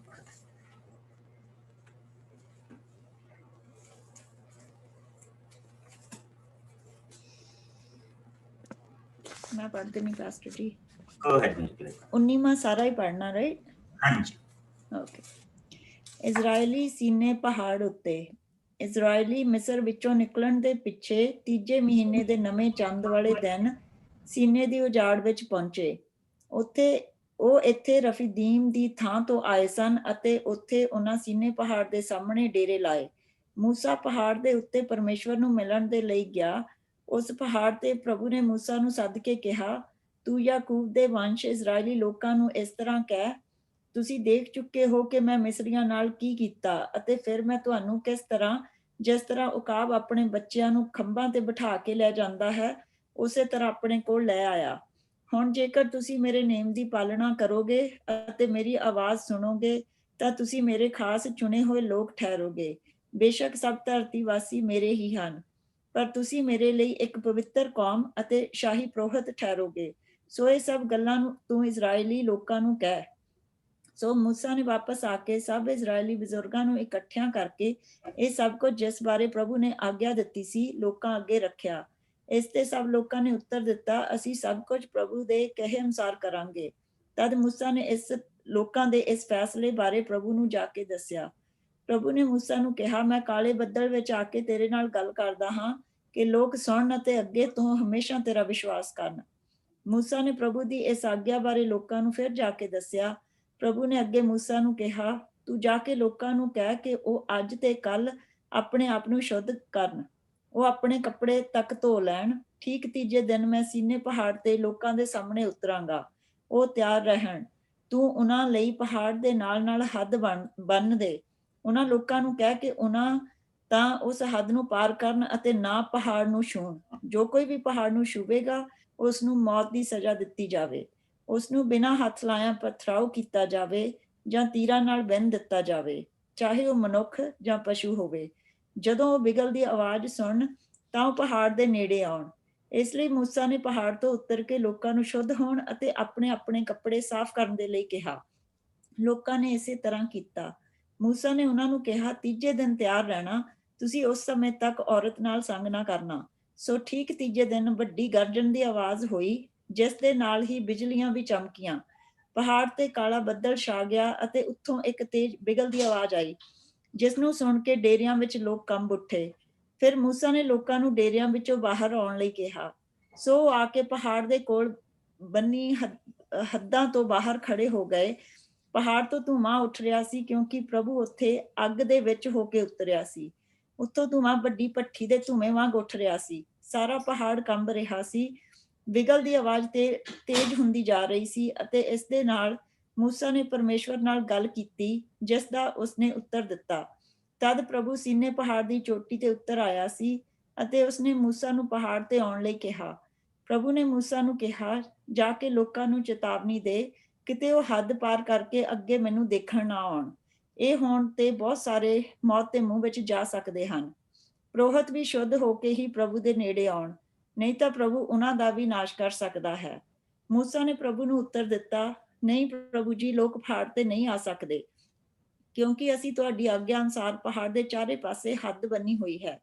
ਤਦ ਪ੍ਰਭੂ ਨੇ ਮੂਸਾ ਨੂੰ ਕਿਹਾ, ਤੂੰ ਜਾ ਕੇ ਹਾਰੂਨ ਨੂੰ ਆਪਣੇ ਨਾਲ ਇੱਥੇ ਲੈ ਆ, ਪਰ ਪੁਰੋਹਿਤ ਅਤੇ ਲੋਕ ਹੱਦ ਪਾਰ ਨਾ ਕਰਨ, ਨਹੀਂ ਤਾਂ ਮੈਂ ਉਹਨਾਂ ਨੂੰ ਸਜ਼ਾ ਦੇਵਾਂਗਾ। ਸੋ ਮੂਸਾ ਨੇ ਜਾ ਕੇ ਲੋਕਾਂ ਨੂੰ ਇਹ ਸਭ ਦੱਸਿਆ। ਮੈਂ ਤੁਹਾਨੂੰ ਮੂਵੀ ਦੱਸੀ ਸੀ ਐਕਸੋਡਸ ਰਿਵੀਲਡ। ਐਕਸੋਡਸ ਰਿਵੀਲਡ ਦਾ ਜਿਹੜਾ ਮੂਵੀ ਦਾ ਜਿਹੜਾ ਲਾਸਟ ਹਿੱਸਾ ਹੈ ਨਾ, ਉਹ ਤਾਂ ਉਸ ਦੇ ਵਿੱਚ ਉਹਨਾਂ ਨੇ ਉਹ ਪਹਾੜ ਦਿਖਾਇਆ। ਔਰ ਅਗਰ ਤੁਸੀਂ ਦੂਰੋਂ ਉਸ ਪਹਾੜ ਨੂੰ ਦੇਖਦੇ ਆ ਤਾਂ ਜਿਹੜਾ ਪਹਾੜ ਆ ਉਸਦੇ ਦੋ ਹਿੱਸੇ ਬਣੇ ਹੋਣ। ਉਤਲਾ ਹਿੱਸਾ ਜਿਹੜਾ ਕਾਲਾ ਆ, ਥੱਲੜਾ ਜਿਹੜਾ ਹਿੱਸਾ ਉਹ ਬਿਲਕੁਲ ਉਦਾਂ ਪਹਾੜ ਦੇ ਵਾਂਗ। ਤਾਂ ਉਹਨਾਂ ਨੇ ਉੱਤੋਂ ਪੱਥਰ ਲਿਆ ਕੇ ਉਸ ਨੂੰ ਤੋੜਿਆ। ਜਿਹੜਾ ਪੱਥਰ ਆ ਉਹ ਪੱਥਰ ਬਾਹਰੋਂ ਸੜਿਆ ਹੈ, ਪਰ ਅੰਦਰੋਂ ਉਹ ਪੱਥਰ ਬਿਲਕੁਲ ਉਸੇ ਤਰ੍ਹਾਂ ਦਾ ਪੱਥਰ ਹੈ ਜਿੱਦਾਂ ਦੇ ਪਹਾੜ ਦੇ ਥੱਲੜੇ ਪੱਥਰ। ਔਰ ਜਿੱਥੇ ਜਿੱਥੇ ਤੱਕ ਉਹ ਪਹਾੜ ਸੜਿਆ ਆ, ਉਹਨਾਂ ਨੂੰ ਉਹ ਪੱਥਰਾਂ ਦੀ ਹੱਦਬੰਦੀ ਵੀ ਲੱਭੀ ਆ, ਜਿੱਥੇ ਉਹ ਅੱਗੇ ਨਹੀਂ ਜਾ ਸਕਦੇ ਸੀ। ਔਰ ਉਹ ਜਿਹੜਾ ਪਹਾੜ ਆ ਸਾਊਦੀ ਅਰਬ ਦੇ ਵਿੱਚ, ਸਾਊਦੀ ਅਰਬ ਨੇ ਅੱਜ ਵੀ ਉਹ ਸਾਰੇ ਪਹਾੜ ਦੇ ਆਲੇ ਦੁਆਲੇ ਤਾਰ ਲਾਈ ਹੋਆ, ਬਹੁਤ ਵੱਡੀ ਉਹਨਾਂ ਨੇ ਫੈਂਸ ਕੀਤੀ, ਉਹ ਇਲੈਕਟ੍ਰਿਕ ਫੈਂਸ ਕੀਤੀ ਹੋਆ। ਔਰ ਅੱਜ ਵੀ ਉਹ ਉਹਦੇ ਅੰਦਰ ਨਹੀਂ ਜਾਣ ਦਿੰਦੇ। ਔਰ ਉਸ ਪਹਾੜ ਦਾ ਉਹ ਨਾਂ ਉਹਨਾਂ ਨੇ ਰੱਖਿਆ ਜਬਲ ਮੂਸਾ। ਜਬਲ ਦਾ ਮਤਲਬ ਪਹਾੜ, ਮੂਸਾ ਦਾ ਪਹਾੜ। ਅੱਜ ਵੀ ਉਹ ਸਾਰੀਆਂ ਚੀਜ਼ਾਂ ਉੱਥੋਂ ਮਿਲਦੀਆਂ। ਸੋ ਇਹ ਕੋਈ ਦੰਦ ਕਥਾ ਨਹੀਂ ਜਿਹੜੀ ਅਸੀਂ ਪੜ੍ਹ ਕੇ ਹਟੇ, ਇਹ ਚੀਜ਼ ਹੋਈ ਹੈ। ਸੋ ਇੱਕ ਪਹਾੜ ਇਹ ਆ ਜਿੱਥੇ ਪ੍ਰਭੂ ਦੀ ਹਜ਼ੂਰੀ ਆਈ ਆ ਔਰ ਲੋਕ ਉੱਥੇ ਜਾ ਨਹੀਂ ਸਕਦੇ। ਔਰ ਜਿਸ ਲਈ ਪ੍ਰਭੂ ਆਪਣੀ ਪੂਰੀ ਮਹਿਮਾ ਦੇ ਨਾਲ ਥੱਲੇ ਉਤਰਦਾ ਪਿਆ, ਤਾਂ ਬਿਗਲ ਫੂਕੇ ਜਾ ਰਹੇ ਆ ਜਿਹੜੇ ਪ੍ਰਭੂ ਦੇ ਸਵਰਗਦੂਤ ਫੂਕ ਰਹੇ ਆ, ਔਰ ਦੱਸ ਰਹੇ ਕਿ ਰਾਜਿਆਂ ਦਾ ਰਾਜਾ ਆ ਰਿਹਾ। ਪਹਾੜ ਉਸ ਦੀ ਹਜ਼ੂਰੀ ਦੇ ਨਾਲ ਹਿਲਦਾ ਪਿਆ, ਔਰ ਅੱਗ ਦੇ ਨਾਲ ਉਹ ਸਾਰਾ ਏਰੀਆ ਉਹਨਾਂ ਜਿਹੜਾ ਹੈਗਾ ਉਹ ਅੱਗ ਦੇ ਨਾਲ ਇੱਕ ਅੱਗ ਦੀ ਕੰਧ ਦਾ ਆਲੇ ਦੁਆਲੇ। ਔਰ ਉਸਨੇ ਕਿਹਾ ਕਿ ਤੂੰ ਕੋਈ ਹੋਰ ਨਾ ਆਏ ਪਰ ਤੂੰ ਅੰਦਰ ਆ ਸਕਦਾ। ਔਰ मूसा जिसने ਉਹ ਝਾੜੀ ਦੇਖੀ ਸੀ, ਜਿਹੜੀ ਅੱਗ ਤਾਂ ਜਿਹੜੀ ਬਲਦੀ ਤਾਂ ਪਈ ਸੀ ਪਰ ਝਾੜੀ ਸੜਦੀ ਨਹੀਂ ਸੀ ਪਈ। ਕਿੱਦਾਂ ਦੀ ਉਹ ਅੱਗ ਆ। मूसा ਉੱਥੇ ਅੰਦਰ ਗਿਆ ਆ, ਪ੍ਰਭੂ ਦੇ ਨਾਲ ਗੱਲਾਂ ਕੀਤੀਆਂ, ਔਰ ਜਿਸ ਲਈ ਉਸਨੇ ਜਾ ਕੇ ਪ੍ਰਭੂ ਦੇ ਨਾਲ ਗੱਲਾਂ ਕੀਤੀਆਂ ਤਾਂ ਉਸਨੇ ਕਿਹਾ ਹਾਰੂਨ ਨੂੰ ਵੀ ਅੰਦਰ ਲਿਆ, ਕਿਉਂਕਿ ਲੇਵੀਆਂ ਦਾ ਸਿਪਰੋਤਾਂ ਦਾ ਟੱਬਰ ਸੀਗਾ, ਉਹ ਵੀ ਗਿਆ। ਸੋ ਉੱਥੇ ਪ੍ਰਭੂ ਨੇ ਉਸਨੂੰ ਜਿਹੜੀਆਂ ਸੀਗੀਆਂ 10 ਕਮੈਂਡਮੈਂਟਸ ਦਿੱਤੀਆਂ, ਜਿਹੜੀਆਂ ਅਸੀਂ 20ਵੇਂ ਭਾਵ ਦੇ ਵਿੱਚ ਪੜ੍ਹਦੇ ਹਾਂ। ਔਰ 20ਵੇਂ ਭਾਵ ਦੇ ਵਿੱਚ 10 ਕਮੈਂਡਮੈਂਟਸ ਦੇਣ ਤੋਂ ਬਾਅਦ ਅਗਲਾ ਛੋਟਾ ਜਿਹਾ ਹਿੱਸਾ ਅਸੀਂ ਦੇਖਾਂਗੇ ਕਿ ਲੋਕਾਂ ਦਾ ਜਿਹੜਾ ਡਰ, ਇਹ ਤੁਸੀਂ ਆਪ ਪੜ੍ਹ ਸਕਦੇ ਆ, ਲੇਕਿਨ ਕੋਈ ਜਾਣਾ ਇਸ ਦੀਆਂ 20ਵੇਂ ਭਾਵ ਦੀ 18 ਆਇਤ ਤੋਂ ਲੈ ਕੇ 21 ਆਇਤ ਤੱਕ। ਹਾਂਜੀ, ਮੈਂ ਪੜ੍ਹ ਦਿੰਦੀ ਪਾਸਟਰ ਜੀ। Go ahead, ਮੇਰੀ ਗੱਲ ਕਰੋ। ਲੋਕਾਂ ਦਾ ਡਰ। ਪਰ ਜਦੋਂ ਲੋਕਾਂ ਗਰਜਣਾ ਸੁਣੀਆਂ, ਬਿਜਲੀਆਂ ਚਮਕਦੀਆਂ ਦੇਖੀਆਂ ਅਤੇ ਤੇਜ਼ ਬਿਗਲ ਦੀ ਆਵਾਜ਼ ਸੁਣੀ, ਪਹਾੜ ਤੋਂ ਧੂਆਂ ਉੱਠਦਾ ਦੇਖਿਆ ਤਾਂ ਬਹੁਤ ਡਰ ਗਏ ਅਤੇ ਦੂਰ ਜਾ ਕੇ ਖੜੇ ਹੋ ਗਏ। ਉਹਨਾਂ ਨੇ मूसा ਨੂੰ ਕਿਹਾ, ਸਾਡੇ ਨਾਲ ਤੂੰ ਹੀ ਗੱਲਬਾਤ ਕਰ, ਅਸੀਂ ਮਰ ਜਾਵਾਂਗੇ ਜੇਕਰ ਪਰਮੇਸ਼ਰ ਸਾਡੇ ਨਾਲ ਕਰੇਗਾ। मूसा ਨੇ ਲੋਕਾਂ ਨੂੰ ਕਿਹਾ, ਤੁਸੀਂ ਡਰੋ ਨਾ, ਪਰਮੇਸ਼ਰ ਤੁਹਾਨੂੰ ਕੇਵਲ ਪਰਖਣ ਆਇਆ ਕਿ ਤੁਸੀਂ ਹਮੇਸ਼ਾ ਉਸ ਤੋਂ ਡਰੋ ਅਤੇ ਪਾਪ ਨਾ ਕਰੋ। ਪਰ ਲੋਕ ਦੂਰ ਹੀ ਖੜੇ ਰਹੇ ਅਤੇ मूसा ਘੁੱਪ ਹਨੇਰੇ ਕੋਲ ਗਿਆ ਜਿੱਥੇ ਪਰਮੇਸ਼ਰ ਸੀ। ਜਿੱਥੇ ਪ੍ਰਭੂ ਦੀ ਹਜ਼ੂਰੀ ਸੀ, मूसा ਉੱਥੇ ਗਿਆ, ਸਿਰਫ ਇੱਕ ਜਾਣਾ। ਔਰ ਉਸ ਤੋਂ ਬਾਅਦ ਇੱਕ ਹੀ ਜਾਣਾ ਅਤ ਪਵਿੱਤਰ ਜਿਹੜਾ ਮੰਦਿਰ ਉਹਨਾਂ ਨੇ ਬਣਾਇਆ, ਜਿਹੜਾ ਟੈਬਰਨੈਕਲ ਐਕਚੁਅਲੀ ਜਿਹੜਾ ਉਹਨਾਂ ਨੇ ਬਣਾਇਆ, ਤੰਬੂ ਬਣਾਇਆ, ਉਸਦੇ 3 ਹਿੱਸੇ ਬਣਾਏ। ਪਹਿਲਾ ਜਿਹੜਾ ਆਂਗਣ ਸੀ ਉੱਥੇ ਸਿਰਫ ਤੇ ਸਿਰਫ ਜਿਹੜੇ ਇਜ਼ਰਾਈਲ ਦੇ ਜਿਹੜੇ ਲੋਕ ਸੀਗੇ ਉਹ ਜਾ ਸਕਦੇ ਸੀ। ਦੂਜਾ ਹਿੱਸਾ ਚ ਜਿਹੜੇ 12 ਕਬੀਲਿਆਂ ਦੇ ਵਿੱਚੋਂ ਸਿਰਫ ਇੱਕ ਕਬੀਲੇ ਦੇ ਲੋਕ ਜਿਹੜੇ ਪੁਰੋਹਿਤ ਸੀਗੇ ਉਹ ਜਾ ਸਕਦੇ ਸੀ। ਪਰ ਤੀਸਰੇ ਹਿੱਸੇ ਦੇ ਵਿੱਚ ਜਿੱਥੇ ਪ੍ਰਭੂ ਦਾ ਨੇਮ ਰੱਖਿਆ ਗਿਆ ਸੀ, ਉੱਥੇ ਉਸ ਕਬੀਲੇ ਦੇ ਵਿੱਚੋਂ ਚੁਣਿਆ ਹੋਇਆ ਇੱਕ ਹਾਈ ਪ੍ਰੀਸਟ ਜਾ ਸਕਦਾ ਸੀ। ਉਹ ਇੱਕ ਬੰਦੇ ਦੇ ਅੰਦਰ ਜਾਣ ਵਾਲੀ ਜਿਹੜੀ ਰੀਤ ਸੀਗੀ ਉਹ ਬਣੀ ਰਹੀ। ਮਹਾਪੁਰੋਹਿਤ ਸਾਲ ਦੇ ਵਿੱਚ ਇਹ ਸਿਰਫ ਇੱਕ ਵਾਰੀ ਜਾਂਦਾ ਸੀ, ਆਪਣੇ ਲੋਕਾਂ ਦੇ ਪਾਪਾਂ ਦੀ ਬਲੀਆਂ ਨੂੰ ਲੈ ਕੇ, ਆਪਣੇ ਪਾਪ ਦੀ ਬਲੀ ਨੂੰ ਲੈ ਕੇ ਤੇ ਲੋਕਾਂ ਦੇ ਪਾਪ ਦੀ ਬਲੀ ਨੂੰ ਲੈ ਕੇ। ਔਰ ਫਿਰ ਜਿਸ ਲਈ ਉਹ ਜਾਂਦਾ ਸੀ ਔਰ ਜਿਸ ਲਈ ਉਹ ਜਿਉਂਦਾ ਬਾਹਰ ਆਉਂਦਾ ਸੀ, ਤਾਂ ਉਹਦੀ ਨਿਸ਼ਾਨੀ ਇਹ ਹੁੰਦੀ ਸੀ ਕਿ ਪ੍ਰਭੂ ਨੇ ਉਸਦੇ ਪਾਪ ਵੀ ਮਾਫ ਕਰ ਦਿੱਤਾ ਔਰ ਲੋਕਾਂ ਦਾ ਜਿਹੜਾ ਪਾਪ ਆ ਉਹ ਵੀ ਉਸਨੇ ਮਾਫ ਕਰ ਦਿੱਤਾ ਔਰ ਉਹਨਾਂ ਨੂੰ ਜੀਣ ਦੇ ਲਈ 1 ਸਾਲ ਹੋਰ ਦਿੱਤਾ। This is what it was. This is what it was. ਔਰ ਕਈ ਵਾਰੀ ਜੇ ਮਹਾਪੁਰੋਹਿਤ ਦੀ ਆਪਣੀ ਜ਼ਿੰਦਗੀ ਦੇ ਵਿੱਚ ਪਾਪ ਆ ਔਰ ਕੋਈ ਐਸੀ ਚੀਜ਼ ਆ, ਤਾਂ ਉਹ ਜੇ ਅੰਦਰ ਗਿਆ ਤਾਂ ਉਹਨਾਂ ਨੇ ਜਿਹੜਾ ਉਹਨੇ ਚੋਲਾ ਪਾਇਆ ਹੁੰਦਾ ਸੀ, ਜਿੱਦਾਂ ਸਾਡੇ ਨਿਹੰਗ ਸਿੰਘ ਨੇ ਚੋਲਾ ਪਾਉਂਦੇ, ਏਦਾਂ ਦਾ ਬਿਲਕੁਲ ਇਹੋ ਹੀ ਚੀਜ਼ ਸੀ। ਚੋਲਾ ਜਿਹੜਾ ਉਹਨੇ ਪਾਇਆ ਹੁੰਦਾ ਸੀ ਉਸਦੇ ਥੱਲੇ ਘੁੰਗਰੂ ਬੰਨੇ ਹੁੰਦੇ ਸੀ ਔਰ ਉਹਦੀ ਲੱਤ ਨੂੰ ਰੱਸੀ ਪਾਈ ਹੁੰਦੀ ਸੀ। ਅਗਰ ਉਹ ਘੁੰਗਰੂ ਖੜਕਣੋਂ ਹਟ ਗਏ ਤੇ ਇਹਦਾ ਮਤਲਬ ਕਿ ਭਾਈ ਸਾਹਿਬ ਨਹੀਂ ਰਹੇ, ਤੇ ਰੱਸਾ ਫੜ ਕੇ ਤੁਹਾਨੂੰ ਘਸੀਟ ਕੇ ਬਾਹਰ ਕੱਢ ਲਿਆ ਜਾਂਦਾ ਸੀ। ਔਰ ਫਿਰ ਉਹ ਗੁਣੇ ਪਾ ਕੇ ਮਹਾਂਪੁਰੋਹਿਤ ਚੁਣਦੇ ਸੀ ਤਾਂ ਫਿਰ ਉਸ ਨੂੰ ਦੂਸਰੇ ਪੁਰੋਹਿਤ ਨੂੰ ਅੰਦਰ ਕਰ ਲਿਆ ਜਾਂਦਾ ਸੀ। ਔਰ ਜਿੰਨੀ ਦੇਰ ਤੱਕ ਪ੍ਰਭੂ ਦੀ ਵਿਵਸਥਾ ਉਹ ਬੜੀ ਸਵੀਕਾਰ ਨਹੀਂ ਹੋ ਜਾਂਦੀ ਸੀ, ਲੋਕ ਖੜੇ ਰਹਿੰਦੇ ਸੀ, ਬਹਿੰਦੇ ਨਹੀਂ ਸੀ, ਖੜੇ ਰਹਿੰਦੇ ਸੀ। ਸੋ ਬਾਹਰ ਆ ਕੇ ਉਹ ਪ੍ਰਭੂ ਦੀ ਜਿਹੜੀ ਬਰਕਤ, ਜਿਹੜੀ ਨੰਬਰਸ ਦੇ ਵਿੱਚ ਸਾਨੂੰ ਬਰਕਤ ਦਿੱਤੀ ਗਈ ਆ, ਅਗਰ ਤੁਸੀਂ ਪੜ੍ਹਨਾ ਚਾਹੋ ਤੇ ਮੈਂ ਤੁਹਾਨੂੰ ਦਿਖਾਉਣਾ। ਮੇਰੇ ਨਾਲ ਗਿਣਤੀ ਦੇ ਵਿੱਚ ਆ ਜਾਓ, ਉਸ ਦਾ 6ਵਾਂ ਪਾ, ਗਿਣਤੀ ਦਾ 6ਵਾਂ ਪਾ।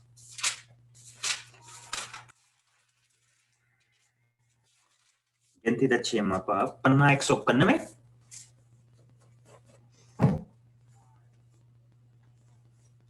ਔਰ ਸਿਰਫ ਉਹ ਆ ਕੇ ਬਾਹਰ ਪੁਰੋਹਿਤ ਖੜਾ ਹੋ ਕੇ, ਔਰ ਲੋਕਾਂ ਨੇ ਉੱਥੇ ਫਿਰ ਆਪਣੇ ਸਿਰ ਝੁਕਾਏ ਹੁੰਦੇ ਸੀ, ਔਰ ਫਿਰ ਉਹਨਾਂ ਨੂੰ ਇਹ ਬਰਕਤ ਦਿੰਦਾ ਸੀ 24, 25 ਤੇ 26। ਇਹ 3 ਆਇਤਾਂ ਸਿਰਫ ਉਹ ਬੋਲਦਾ ਸੀ। ਔਰ ਇਹ ਆਇਤਾਂ ਸੀਗੀਆਂ, ਪ੍ਰਭੂ ਤੁਹਾਨੂੰ ਅਸੀਸ ਦੇਵੇ ਤੇ ਤੁਹਾਡੀ ਸੰਭਾਲ ਕਰੇ, ਪ੍ਰਭੂ ਤੁਹਾਡੇ ਤੇ ਰਹਿਮ ਅਤੇ ਕਿਰਪਾ ਕਰੇ, ਪ੍ਰਭੂ ਤੁਹਾਡੇ ਤੇ ਦਇਆ ਦੀ ਨਜ਼ਰ ਕਰੇ ਤੇ ਤੁਹਾਨੂੰ ਸ਼ਾਂਤੀ ਦੇ। ਸ਼ਾਲੋਮ, ਪੀਸ ਕਹਿ ਕੇ ਤਾਂ ਫਿਰ ਉਹਨਾਂ ਨੂੰ ਫਿਰ ਲੋਕ ਆਪਣੇ ਆਪਣੇ ਘਰਾਂ ਨੂੰ ਚਲੇ ਜਾਂਦੇ ਸੀ। ਇੱਕ ਅਜੀਬ ਨਜ਼ਾਰਾ ਹੁੰਦਾ ਸੀ ਉਹ ਦੇਖਣ ਵਾਲਾ, ਇੱਕ ਅਜੀਬ ਨਜ਼ਾਰਾ ਹੁੰਦਾ ਸੀ। ਪਸਾਹ ਦੇ ਤਿਉਹਾਰ ਦੇ ਉੱਤੇ ਜਿਸ ਲਈ ਇਹ ਹੁੰਦਾ ਸੀ, ਇੱਕ ਅਜੀਬ ਨਜ਼ਾਰਾ ਹੁੰਦਾ ਸੀ ਕਿ ਕਿਸ ਤਰ੍ਹਾਂ ਕੌਮ ਖੜੀ ਆ, ਉਸ ਬਰਕਤ ਦਾ ਇੰਤਜ਼ਾਰ ਕਰਦੀ ਪਈ ਆ ਜੋ ਸਾਰਾ ਸਾਲ ਉਹਨਾਂ ਦੇ ਨਾਲ ਰਹਿਣੀ ਹੈ। ਪਰ ਕਹਿੰਦਾ ਤੁਸੀਂ ਉਹ ਲੋਕ ਨਹੀਂ। ਫਿਰ ਅਸੀਂ ਕੌਣ ਆ? ਇਹ ਮੇਨ ਚੀਜ਼ ਆ। ਆਓ ਹੁਣ ਅਸੀਂ 12ਵੇਂ ਚੈਪਟਰ ਦੇ ਵਿੱਚ ਵਾਪਸ ਆਈਏ। ਦੇਖੋ ਕਿਸ ਤਰ੍ਹਾਂ ਹੁਣ ਉਸਨੇ ਕਿੰਨੇ ਪਿਆਰੇ ਤਰੀਕੇ ਦੇ ਨਾਲ ਉਸਨੇ ਦੇਖਿਆ। ਖੋਲ ਕੇ ਕੱਲ ਨੂੰ ਦੇਖਾਂਗੇ, ਅੱਜ ਮੈਂ ਸਿਰਫ ਪੜੂੰਗਾ ਇਸ ਨੂੰ ਕਿਉਂਕਿ ਸਾਡਾ ਟਾਈਮ ਹੋ ਗਿਆ। 22ਵੀਂ ਆਇਤ ਮੇਰੇ ਨਾਲ ਆ ਜਾਓ ਮੇਰੇ ਨਾਲ। ਪਰ ਨਹੀਂ, ਤੁਸੀਂ ਤਾਂ ਸਿਯੋਨ ਪਹਾੜ, ਜਿਉਂਦੇ ਪਰਮੇਸ਼ਰ ਦੇ ਨਗਰ, ਸਵਰਗੀ ਯਰੂਸ਼ਲਮ ਅਤੇ ਅਣਗਿਣਤ ਸਵਰਗਦੂਤਾਂ ਦੇ ਸਾਹਮਣੇ ਖੜੇ ਹੋ। ਤੁਸੀਂ ਉਸ ਦੀ ਵਿਸ਼ਵਾਸ ਸੰਗਤ ਅਰਥਾਤ ਉਸ ਦੇ ਜੇਠੇ ਪੁੱਤਰ ਦੇ ਕੋਲ ਪਹੁੰਚ ਗਏ ਹੋ, ਜਿਨ੍ਹਾਂ ਦੇ ਨਾਮ ਸਵਰਗ ਦੇ ਵਿੱਚ ਲਿਖੇ ਜਾ ਚੁੱਕੇ। ਸੋ ਹੁਣ ਕੱਲਾ ਜਾਣਾ ਨਹੀਂ ਅੰਦਰ ਜਾਊਗਾ, ਤੁਸੀਂ ਸਾਰੇ ਉਸ ਗਿਣਤੀ ਦੇ ਵਿੱਚ ਆਉਣੇ ਆ। ਤੁਸੀਂ ਸਰਬ ਮਨੁੱਖਤਾ ਦੇ ਨਿਆਂਕਰਤਾ ਪਰਮੇਸ਼ਰ ਅਤੇ ਉਹਨਾਂ ਭਲੀਆਂ ਆਤਮਾਵਾਂ ਦੇ ਸਾਹਮਣੇ ਖੜੇ ਹੋ ਜੋ ਪੂਰਨ ਕੀਤੀਆਂ ਜਾ ਚੁੱਕੀਆਂ ਹਨ। ਇੱਕ ਘੇਰਾ ਸਾਨੂੰ ਵੀ ਪਿਆ ਆ, ਇੱਕ ਘੇਰਾ ਸਾਨੂੰ ਵੀ ਪਿਆ ਹੈ। ਦੇਖੋ ਅੱਗੇ, ਅਤੇ ਤੁਸੀਂ ਯਿਸੂ ਦੇ ਕੋਲ ਜੋ ਨਵੇਂ ਨੇਮ ਦਾ ਵਿਚੋਲਾ ਅਤੇ ਜਿਸ ਦਾ ਵਿਹਾਇਆ ਗਿਆ ਖੂਨ ਹਾਵਲ ਦੇ ਖੂਨ ਨਾਲੋਂ ਕਿਤੇ ਉੱਤਮ ਵਸਤਾਂ ਬਾਰੇ ਦੱਸਦਾ ਹੈ, ਖੜੇ ਹੋ। ਔਰ ਇਹ ਹੈ ਸਾਡਾ ਸਿਯੋਨ। ਜਿੱਥੇ ਅਸੀਂ ਹੈਗੇ, ਸਾਡਾ ਸਿਯੋਨ ਉੱਥੇ ਹੀ। ਸਾਡਾ ਸਿਯੋਨ ਕਿਸੇ ਪਹਾੜ ਦੇ ਨਾਲ ਨਹੀਂ ਜੁੜਿਆ ਹੈ। ਔਰ ਇਸ ਕਰਕੇ ਮੈਂ ਹਮੇਸ਼ਾ ਆਪਣੇ ਭੈਣਾਂ ਭਰਾਵਾਂ ਨੂੰ ਕਹਿਣਾ ਹੁੰਦਾ ਕਿ ਦੁਆ ਆਪ ਕਰਿਆ ਕਰੋ, ਦੁਆ ਆਪ ਕਰਿਆ ਕਰੋ। ਕਿਉਂਕਿ ਜਿਸ ਲਈ ਅਸੀਂ ਪਿੱਛੇ ਦੇਖਿਆ ਸੀਗਾ, ਤੇ ਤੁਸੀਂ ਖੋਲਿਓ ਨਾ, ਮੈਂ ਸਿਰਫ ਉਸ ਨੂੰ ਪੜੂੰਗਾ 19ਵੇਂ ਪਾਠ ਦੇ ਵਿੱਚ, ਔਰ ਫਿਰ ਮੈਂ ਇਸਦਾ ਕੰਟਰਾਸਟ ਕਰੂੰਗਾ ਨਵੇਂ ਨਿਯਮ ਦੇ ਵਿੱਚ। 19ਵਾਂ ਪਾਠ ਅਗਰ ਤੁਸੀਂ ਹਾਈਲਾਈਟ ਕਰਨਾ ਤਾਂ ਤੁਸੀਂ ਫਿਰ ਤੁਸੀਂ ਕਰ ਸਕਦੇ ਹੋ। 106 ਪੰਨਾ। ਔਰ ਇਸ ਦੇ ਵਿੱਚ ਜਿਸ ਲਈ ਉਸ ਪਹਾੜ ਦੀ ਉਹ ਗੱਲ ਕਰਦਾ ਪਿਆ, ਤੇ ਉਸਨੇ ਇਹ ਕਿਹਾ, ਕਹਿੰਦਾ ਉਸ ਪਹਾੜ ਤੇ ਮੂਸਾ ਨੂੰ ਸੱਦ ਕੇ ਕਿਹਾ, ਤੂੰ ਯਾਕੂਬ ਅਤੇ ਯਾਕੂਬ ਦਾ ਵੰਸ਼ ਇਜ਼ਰਾਈਲੀ ਲੋਕਾਂ ਨੂੰ ਇਹ ਕਹਿ ਤੁਸੀਂ ਦੇਖ ਚੁੱਕੇ ਹੋ ਕਿ ਮੈਂ ਮਿਸਰੀਆਂ ਦੇ ਨਾਲ ਕੀ ਕੀਤਾ ਤੇ ਮੈਂ ਤੁਹਾਨੂੰ ਕਿਸ ਤਰ੍ਹਾਂ, ਜਿਸ ਤਰ੍ਹਾਂ ਉਕਾਬ ਆਪਣੇ ਬੱਚਿਆਂ ਨੂੰ ਖੰਭਾਂ ਤੇ ਬਿਠਾ ਕੇ ਲੈ ਜਾਂਦਾ ਹੈ, ਉਸੇ ਤਰ੍ਹਾਂ ਹੀ ਆਪਣੇ ਕੋਲ ਲੈ ਆਇਆ ਹਾਂ। ਹੁਣ ਜੇਕਰ ਤੁਸੀਂ ਨੇਮ ਦੀ ਪਾਲਣਾ ਕਰੋਗੇ ਤਾਂ ਮੇਰੀ ਆਵਾਜ਼ ਸੁਣੋਗੇ। ਨੇਮ ਦੀ ਪਾਲਣਾ ਕਰੋਗੇ ਤਾਂ ਮੇਰੀ ਆਵਾਜ਼ ਸੁਣੋਗੇ। ਤੁਸੀਂ ਮੇਰੇ ਖਾਸ ਚੁਣੇ ਹੋਏ ਲੋਕ ਠਹਿਰੋਗੇ। ਬੇਸ਼ੱਕ ਧਰਤੀ ਦੇ ਵਾਸੀ ਮੇਰੇ ਹੀ ਹਨ, ਪਰ ਤੁਸੀਂ ਮੇਰੇ ਲਈ ਇੱਕ ਪਵਿੱਤਰ ਕੌਮ ਅਤੇ ਸ਼ਾਹੀ ਪੁਰੋਹਿਤ ਠਹਿਰੋਗੇ। ਸੋ ਇਹ ਸਭ ਗੱਲਾਂ ਇਜ਼ਰਾਈਲੀ ਲੋਕਾਂ ਨੂੰ ਕਹਿ, ਇਜ਼ਰਾਈਲੀ ਲੋਕਾਂ ਨੂੰ ਇਹ ਚੀਜ਼ਾਂ ਕਹਿ। ਜਿਸ ਲਈ ਅਸੀਂ ਇਹ ਹਿੱਸਾ ਪੜ੍ਹਿਆ, ਇਸ ਨੂੰ ਕੱਲ ਨੂੰ ਖੋਲਾਂਗੇ ਸਾਰੇ ਹਿੱਸੇ ਨੂੰ, ਜਿਹੜਾ ਅਸੀਂ ਦੇਖਿਆ 22 ਆਇਤ ਤੋਂ। ਉਸਨੇ ਦੱਸਿਆ ਸਾਡਾ ਸਿਯੋਨ ਕੌਣ, ਸਾਡਾ ਸਿਯੋਨ ਕਿੱਥੇ ਆ। ਅਸੀਂ, ਸਾਡੇ ਆਲੇ ਦੁਆਲੇ ਘੇਰਾ ਕਿਹਨਾਂ ਦਾ ਆ, ਅਸੀਂ ਕਿਸ ਦੇ ਖੂਨ ਦੇ ਹੇਠ ਹੋ ਕੇ ਜਾਣੇ, ਕਿਸ ਦਾ ਖੂਨ ਸਾਨੂੰ ਪਵਿੱਤਰ ਕਰਦਾ ਤਾਂ ਅਸੀਂ ਪ੍ਰਭੂ ਦੀ ਹਜ਼ੂਰੀ ਦੇ ਵਿੱਚ ਜਾਣੇ। ਅਸੀਂ ਉਹ ਲੋਕ ਹਾਂ ਜਿਹੜੇ ਪਹਾੜ ਤੇ ਨਹੀਂ ਤੁਰੇ ਫਿਰਦੇ, ਜਿਨ੍ਹਾਂ ਦੇ ਨਾਮ ਸਵਰਗ ਦੀ ਪੋਥੀ ਦੇ ਵਿੱਚ ਲਿਖੇ ਗਏ। ਔਰ ਅਸੀਂ ਉਹਨਾਂ ਲੋਕਾਂ ਦੀ ਹਜ਼ੂਰੀ ਦੇ ਖੜੇ ਹਾਂ ਜਿਹੜੇ ਸੰਪੂਰਨ ਕਰ ਦਿੱਤੇ ਗਏ, ਆਲਰੇਡੀ ਸੰਪੂਰਨ ਹੋ ਚੁੱਕੇ ਆ, ਜਿਹੜੇ ਸਾਡੇ ਬਜ਼ੁਰਗ ਸਾਡੇ ਤੋਂ ਪਹਿਲਾਂ ਕਰ ਜਾ ਚੁੱਕੇ। ਸੋ ਇਹਨਾਂ ਸਾਰੀਆਂ ਚੀਜ਼ਾਂ ਨੂੰ ਦੇਖਦਿਆਂ ਹੋਇਆਂ ਪਤਰਸ ਇਹ ਚੀਜ਼ ਕਹਿੰਦਾ ਜੋ ਮੈਂ ਤੁਹਾਡੇ ਨਾਲ ਸ਼ੇਅਰ ਕਰਨ ਲੱਗਾ। ਅਗਰ ਤੁਸੀਂ ਦੇਖਣਾ ਮੰਗਦੇ ਆ, ਅਗਲੀ ਪੁਸਤਕ ਕੀ ਹੈ, ਪਹਿਲਾ ਪਤਰਸ। ਔਰ ਪ੍ਰਭੂ ਨੇ ਚਾਹਿਆ ਤੇ ਇਸ ਤੋਂ ਬਾਅਦ ਇਹ ਹੋਈ ਪਹਿਲਾ ਪਤਰਸ ਤੇ ਦੂਜਾ ਪਤਰਸ ਦੇਖਾਂਗੇ। ਸੋ ਇਸੇ ਲਈ ਪਤਰਸ ਇਹ ਜਿਹੜਾ ਖਤ ਲਿਖਦਾ ਪਿਆ, ਇਹ ਬੇਸਿਕਲੀ ਰੋਮ ਦੇ ਲੋਕਾਂ ਨੂੰ ਲਿਖਦਾ ਪਿਆ, ਜਿਹੜੇ ਰੋਮ ਦੇ ਜਿਹੜੇ ਲੋਕ ਪ੍ਰਭੂ ਦੇ ਵਿੱਚ ਆ ਚੁੱਕੇ ਆ, ਮੋਸਟਲੀ ਫੌਜੀ ਜਿਹੜੇ ਪ੍ਰਭੂ ਦੇ ਵਿੱਚ ਆ ਚੁੱਕੇ ਆ, ਔਰ ਉਹਨਾਂ ਦੇ ਕਪਤਾਨ ਜਿਹੜੇ ਪ੍ਰਭੂ ਦੇ ਵਿੱਚ ਆ ਚੁੱਕੇ ਆ। ਉਸਦੀ 9ਵੀਂ ਤੇ 10ਵੀਂ ਆਇਤ, ਪਹਿਲਾ ਪਤਰਸ ਦੂਜਾ ਭਾਗ 436 ਪੰਨਾ, 2-4 ਪੰਨੇ ਇਸ ਤੋਂ ਅੱਗੇ।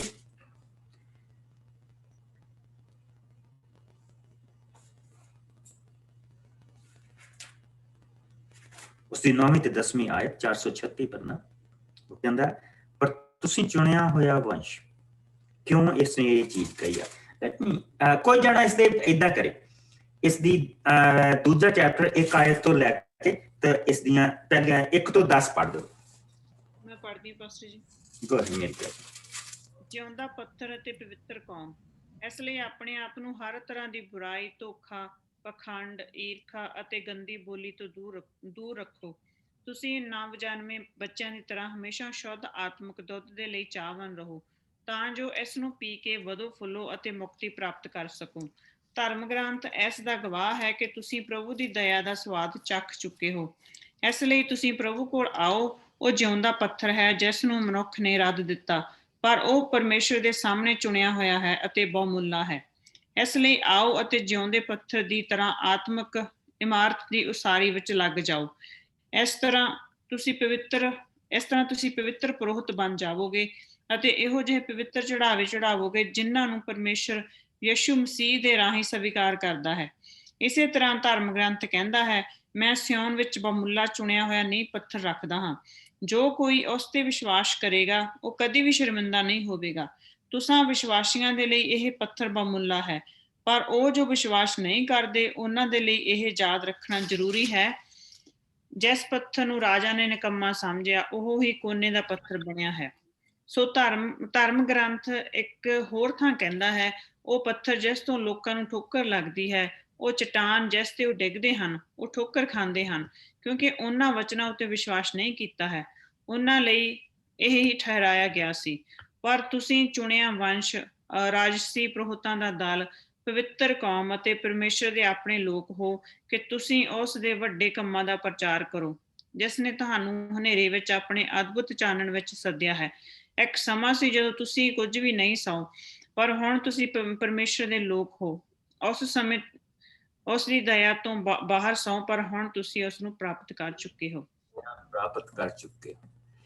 ਪ੍ਰਭੂ ਨੇ ਉਹਨਾਂ ਨੂੰ ਉੱਥੇ ਕਿਹਾ ਸੀਗਾ ਕਿ ਮੈਂ ਤੁਹਾਨੂੰ ਚੁਣਿਆ ਆ ਇੱਕ ਪਰਪਸ ਦੇ ਲਈ, ਔਰ ਇਸ ਕਰਕੇ ਜੇ ਤੁਸੀਂ ਮੇਰੇ ਨਿਯਮਾਂ ਨੂੰ ਮੰਨੋਗੇ ਤਾਂ ਤੁਸੀਂ ਮੇਰੇ ਪੁਰੋਹਿਤ ਠਹਿਰੋਗੇ, ਮੇਰੇ ਚੁਣੇ ਹੋਏ ਲੋਕ ਠਹਿਰੋਗੇ। ਲੇਕਿਨ ਹੁਣ ਪ੍ਰਭੂ ਜੋ ਕਹਿ ਰਿਹਾ ਉਹ ਬਿਲਕੁਲ ਅਲੱਗ ਆ। ਇਹ ਯਹੂਦੀਆਂ ਨੂੰ ਨਹੀਂ ਕਹਿ ਰਿਹਾ। ਉਸਨੇ ਕਿਹਾ ਸੀ ਬਾਕੀ ਵੀ ਸਾਰੇ ਮੇਰੇ ਆ, ਇਹ ਹੁਣ ਬਾਕੀਆਂ ਦੇ ਲਈ ਉਹ ਕਹਿ ਰਿਹਾ। ਕਿਉਂ? ਕਿਉਂਕਿ ਅਸੀਂ ਉਸ ਕੋਨੇ ਦੇ ਪੱਥਰ ਨੂੰ ਸਵੀਕਾਰ ਕੀਤਾ, ਜਿਨ੍ਹਾਂ ਨੂੰ ਉਹਦਿਆਂ ਆਪਣਿਆਂ ਲੋਕਾਂ ਨੇ ਰੱਦ ਦਿੱਤਾ। ਉਹ ਆਪਣਿਆਂ ਕੋਲ ਆਇਆ, ਆਪਣਿਆਂ ਨੇ ਉਸਨੂੰ ਸਵੀਕਾਰ ਨਾ ਕੀਤਾ, ਰੱਦ ਦਿੱਤਾ। ਪਰ ਜਿਨ੍ਹਾਂ ਨੇ ਉਸਨੂੰ ਸਵੀਕਾਰ ਕੀਤਾ ਉਹਨਾਂ ਨੂੰ ਉਸਨੇ ਪਰਮੇਸ਼ਵਰ ਦੀ ਸੰਤਾਨ ਹੋਣ ਦਾ ਅਧਿਕਾਰ ਦਿੱਤਾ। ਉਹਨਾਂ ਦੇ ਲਈ ਉਹ ਕੋਨੇ ਦਾ ਪੱਥਰ ਬਣ ਗਿਆ। ਕਿਹੜੇ ਕੋਨੇ ਦਾ ਪੱਥਰ? ਕੀ ਹੈ ਕੋਨੇ ਦਾ ਪੱਥਰ? ਜਿਸ ਲਈ ਅਸੀਂ ਘਰ ਦੀ ਉਸਾਰੀ ਤਾਂ ਮੈਨੂੰ ਚੇਤਾ ਸੀ ਜਦੋਂ ਇੰਡੀਆ ਸੀ ਸਾਡਾ ਘਰ ਬਣਦਾ ਪਿਆ ਸੀ, ਰਾਜ ਕਦੀ ਵੀ ਜਿੱਥੇ ਜਾ ਕੇ ਦੋ ਕੰਧਾਂ ਏਦਾਂ ਮਿਲਦੀਆਂ ਨਾ, ਏਦਾਂ ਦੋ ਕੰਧਾਂ ਮਿਲਦੀਆਂ, ਉੱਥੇ ਹਮੇਸ਼ਾ ਉਹ ਬੈਸਟ ਇੱਟ ਲਾਉਂਦਾ। ਉੱਥੇ ਕਦੀ ਵੀ ਜਿਹੜੀ ਇੱਟ ਬਿੰਗੀ ਟੇਢੀ ਜਾਂ ਉੱਚੀ ਹੋਵੇ ਉਹ ਨਹੀਂ ਲਾਈ ਜਾਂਦੀ ਬੈਸਟ, ਕਿਉਂਕਿ ਉਹ ਕੋਨਾ, ਉਹ ਦੋਨਾਂ ਚੀਜ਼ਾਂ ਨੂੰ ਜੋੜਦਾ ਹੈ। ਯਿਸੂ ਕੋਨੇ ਦਾ ਪੱਥਰ ਸਾਡੇ ਲਈ ਬਣਿਆ। ਉਸਨੇ ਸਾਡਾ ਰਿਸ਼ਤਾ ਜਿਹੜਾ ਪ੍ਰਭੂ ਦੇ ਨਾਲ ਜੋੜ ਦਿੱਤਾ, ਸਵਰਗ ਦੇ ਨਾਲ ਰਿਸ਼ਤਾ ਜੋੜ ਦਿੱਤਾ, ਜਿਨ੍ਹਾਂ ਨੇ ਉਸਨੂੰ ਸਵੀਕਾਰ ਕੀਤਾ। ਪਰ ਜਿਨ੍ਹਾਂ ਨੇ ਉਸਨੂੰ ਸਵੀਕਾਰ ਨਹੀਂ ਕੀਤਾ, ਰੱਦ ਦਿੱਤਾ, ਉਹ ਹਾਲੇ ਵੀ ਉਹਨਾਂ ਦੇ ਵਿੱਚ ਇੱਕ ਵੱਖਰਾ ਪਾ, ਉਹ ਜੁੜੇ ਨਹੀਂ। ਜੁੜਨ ਦੀਆਂ ਗੱਲਾਂ ਤਾਂ ਕਰਦੇ ਪਏ ਪਰ ਜੁੜੇ ਨਹੀਂ। ਪਰ ਜਿਨ੍ਹਾਂ ਨੇ ਉਸਨੂੰ ਸਵੀਕਾਰ ਕੀਤਾ ਉਹਨਾਂ ਦੇ ਲਈ ਉਹ ਕੋਨੇ ਦਾ ਪੱਥਰ, ਉਹ ਰਿਸ਼ਤਾ ਬਣ ਗਿਆ ਜਿਹਦਾ ਦੋ ਕੰਧਾਂ ਦਾ ਰਿਸ਼ਤਾ ਬਣਦਾ।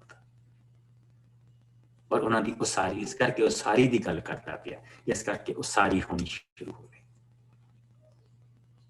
ਪਰ ਹੁਣ ਅਸੀਂ ਚੁਣਿਆ ਹੋਇਆ ਵੰਸ਼, ਰਾਸੀ ਪੁਰੋਤਾਂ ਦਾ ਦਲ, ਪਵਿੱਤਰ ਕੌਮ, ਕਿ ਅਸੀਂ ਉਸਦੇ ਲਈ ਜਿਹਨੇ ਸਾਨੂੰ ਹਨੇਰੇ ਦੇ ਵਿੱਚੋਂ ਕੱਢ ਕੇ ਆਪਣੀ ਅਮੇਜ਼ਿੰਗ ਰੋਸ਼ਨੀ ਦੇ ਵਿੱਚੋਂ ਲੈ ਕੇ ਆਇਆ, ਅਸੀਂ ਉਸ ਦਾ ਵੱਡਾ ਪ੍ਰਚਾਰ ਕਰੀਏ। 13ਵੇਂ ਚੈਪਟਰ 'ਚ ਜਾ ਕੇ ਇਹ ਚੀਜ਼ਾਂ ਏਦਾਂ ਖੁੱਲਣਗੀਆਂ ਨਾ ਕਿ ਬਹੁਤ ਸਾਰੇ ਜਿਹੜੇ ਸਾਡੇ ਭਰਮ ਆ, ਜਿਹੜਾ ਬਹੁਤ ਸਾਰਾ ਅਸੀਂ ਆਪਣੇ ਆਪ ਨੂੰ ਬੰਨ ਲਿਆ ਜਿਹਨਾਂ ਚੀਜ਼ਾਂ ਦੇ ਵਿੱਚ, ਔਰ ਵੈਰੀ ਨੇ ਮੁੜ ਕੇ ਫੇਰ ਉਹੀ ਚੱਕਰ ਚਲਾ ਕੇ ਸਾਨੂੰ ਬੰਨ ਦਿੱਤਾ। ਉਹਨਾਂ ਨੇ ਜਿਸ ਤਰ੍ਹਾਂ ਉਜਾੜ ਦੇ ਵਿੱਚ ਬੱਚਾ ਬਣਾਇਆ ਸੀ, ਏਦਾਂ ਹੀ ਅਸੀਂ ਗਾਂ ਬਣਾ ਕੇ ਬੈਠੇ ਹਾਂ। ਉਸ ਗਾਂ ਨੂੰ ਵੀ ਦੇਖਾਂਗੇ ਕਿ ਅਸੀਂ ਕਿਹੜੀ ਗਾਂ ਬਣਾਈ ਹੋਊ, ਔਰ ਉਸ ਗਾਂ ਤੋਂ ਸਾਨੂੰ ਬਚਣਾ ਪੈਣਾ। It's very important. It's very important.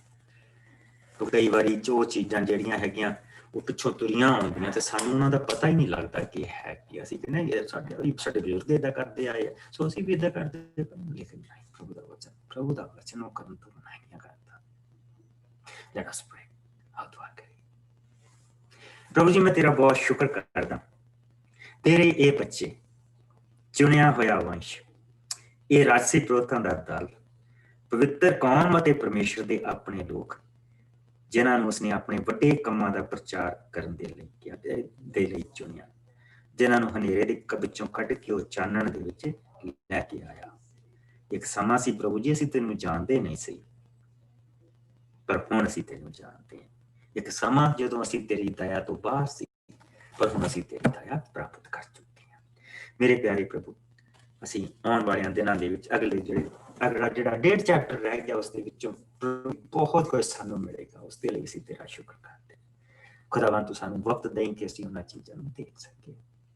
ਪਰ ਅੱਜ ਪ੍ਰਭੂ ਜੀ ਤੂੰ ਆਪਣੇ ਬੱਚਿਆਂ ਦੇ ਨਾਲ ਬਣਿਆ ਹੈ, ਮੇਰੇ ਨਾਲ ਬਣਿਆ, ਸਾਡੇ ਸਰੀਰਕ ਤੌਰ ਤੇ ਪ੍ਰਭੂ ਜੀ ਮੈਨੂੰ ਵੀ ਤੰਦਰੁਸਤੀ ਦੇ, ਆਪਣੇ ਬੱਚਿਆਂ ਨੂੰ ਵੀ ਇਸੇ ਤਰ੍ਹਾਂ ਮਾਨਸਿਕ ਤੌਰ ਤੇ ਪ੍ਰਭੂ ਜੀ ਮੈਨੂੰ ਵੀ ਤਕੜਾ ਪਾਉਂਦੇ, ਔਰ ਆਪਣੇ ਬੱਚਿਆਂ ਨੂੰ ਵੀ ਆਪਣੀ ਪਵਿੱਤਰਤਾ ਦੇ ਵਿੱਚ ਮੈਨੂੰ ਵੀ ਛੁਪਾ, ਔਰ ਪ੍ਰਭੂ ਜੀ ਆਪਣੇ ਬੱਚਿਆਂ ਨੂੰ ਵੀ। ਔਰ ਇਸੇ ਤਰ੍ਹਾਂ ਪ੍ਰਭੂ ਜੀ ਤੂੰ ਆਪ ਸਾਡੀ ਅਗਵਾਈ ਕਰ, ਮੇਰੀ ਵੀ ਅਗਵਾਈ ਕਰ, ਔਰ ਆਪਣੇ ਬੱਚਿਆਂ ਦੀ। ਮੇਰੇ ਪਿਆਰੇ ਪ੍ਰਭੂ, ਅਸੀਂ ਤੇਰਾ ਸ਼ੁਕਰ ਕਰਦੇ ਹਾਂ ਕਿ ਤੂੰ ਸਾਨੂੰ ਇਹ ਸਮਾਂ ਦਿੰਦਾ, ਅਸੀਂ ਤੇਰੇ ਵਚਨ ਦੇ ਵਿੱਚ ਇਹ ਸਾਰਾ ਸਮਾਂ ਗੁਜ਼ਾਰਦੇ ਹਾਂ। ਪ੍ਰਭੂ ਜੀ ਇਸ ਵਚਨ ਦੀ ਬਰਕਤ ਸਾਨੂੰ ਦੇਣਾ, ਤਾਕਤ ਦੇਣਾ, ਕਿ ਸਾਡੀ ਜਿਹੜੀ ਆਤਮਾ ਖੁਦਾਵੰਦ ਇਹ ਭੋਜਨ ਖਾ ਕੇ ਅੰਦਰ ਤਕੜਾਪਣ, ਪ੍ਰਭੂ ਜੀ ਨਿਰਬਲ ਗੋਡਿਆਂ, ਜਿਹੜੇ ਸਾਡੇ ਗੋਡੇ ਆ ਆਤਮਾ ਦੇ ਗੋਡੇ, ਸਾਡੀ ਆਪਣੀ ਆਤਮਾ ਦੇ ਜਿਹੜੇ ਕਮਜ਼ੋਰ ਗੋਡੇ, ਉਹ ਤਕੜਾਪਨ ਪ੍ਰਾਪਤ ਕਰਨ ਔਰ ਅਸੀਂ ਪ੍ਰਭੂ ਜੀ ਤੇਰੇ ਵਿੱਚ ਚੱਲ ਸਕੀਏ। ਮੇਰੇ ਪਿਆਰੇ ਪ੍ਰਭੂ, ਮੈਂ ਆਪਣੇ ਆਪ ਨੂੰ ਇਸ ਵੇਲੇ ਤੇਰੀ ਹਜ਼ੂਰੀ ਦੇ ਵਿੱਚ ਪ੍ਰਭੂ ਜੀ ਮੈਂ ਦੁਆ ਕਰਦਾ ਕਿ ਖੁਦਾਵੰਦ ਤੂੰ ਸਾਡੇ ਅੱਗੇ, ਸਾਡੇ ਪਿੱਛੇ, ਸੱਜੇ ਖੱਬੇ ਔਰ ਪ੍ਰਭੂ ਜੀ ਇਸੇ ਤਰ੍ਹਾਂ ਸਾਡੇ ਪੈਰਾਂ ਦੇ ਵਿੱਚ ਛੋਟਾ ਰਸਤਾ, स्वर्ग तो तेरी निगाहबानी और अंदर पवित्र आत्मा की हजूरी, और प्रभु जी सानू उस छोटे रस्ते ते साडी निगाह, साडे साडे पैर चलते रहे और साडी निगाह अपने प्रभु यसु मसीह के चेहरे ते लगी रहे, असीं घट पहुंचीए सारे वक्त में। कल तक जदों असीं दोबारा मिलिए प्रभु जी, मैं तेरे हत्थां दे विच दिंदा, तेरा रहम साडे सब दे नाल बनिया रहे, मसीह यसु दे मिठे और प्यारे ब्लैस यू। कल नूं मिलांगे और कोशिश करांगे कि कल नूं आपां ये चैप्टर खत्म कर सकीए और इस दे विच जिहड़ियां होर बड़ियां प्रभु ने बरकतां रखियां उहनां नूं देख सकीए। Bless you.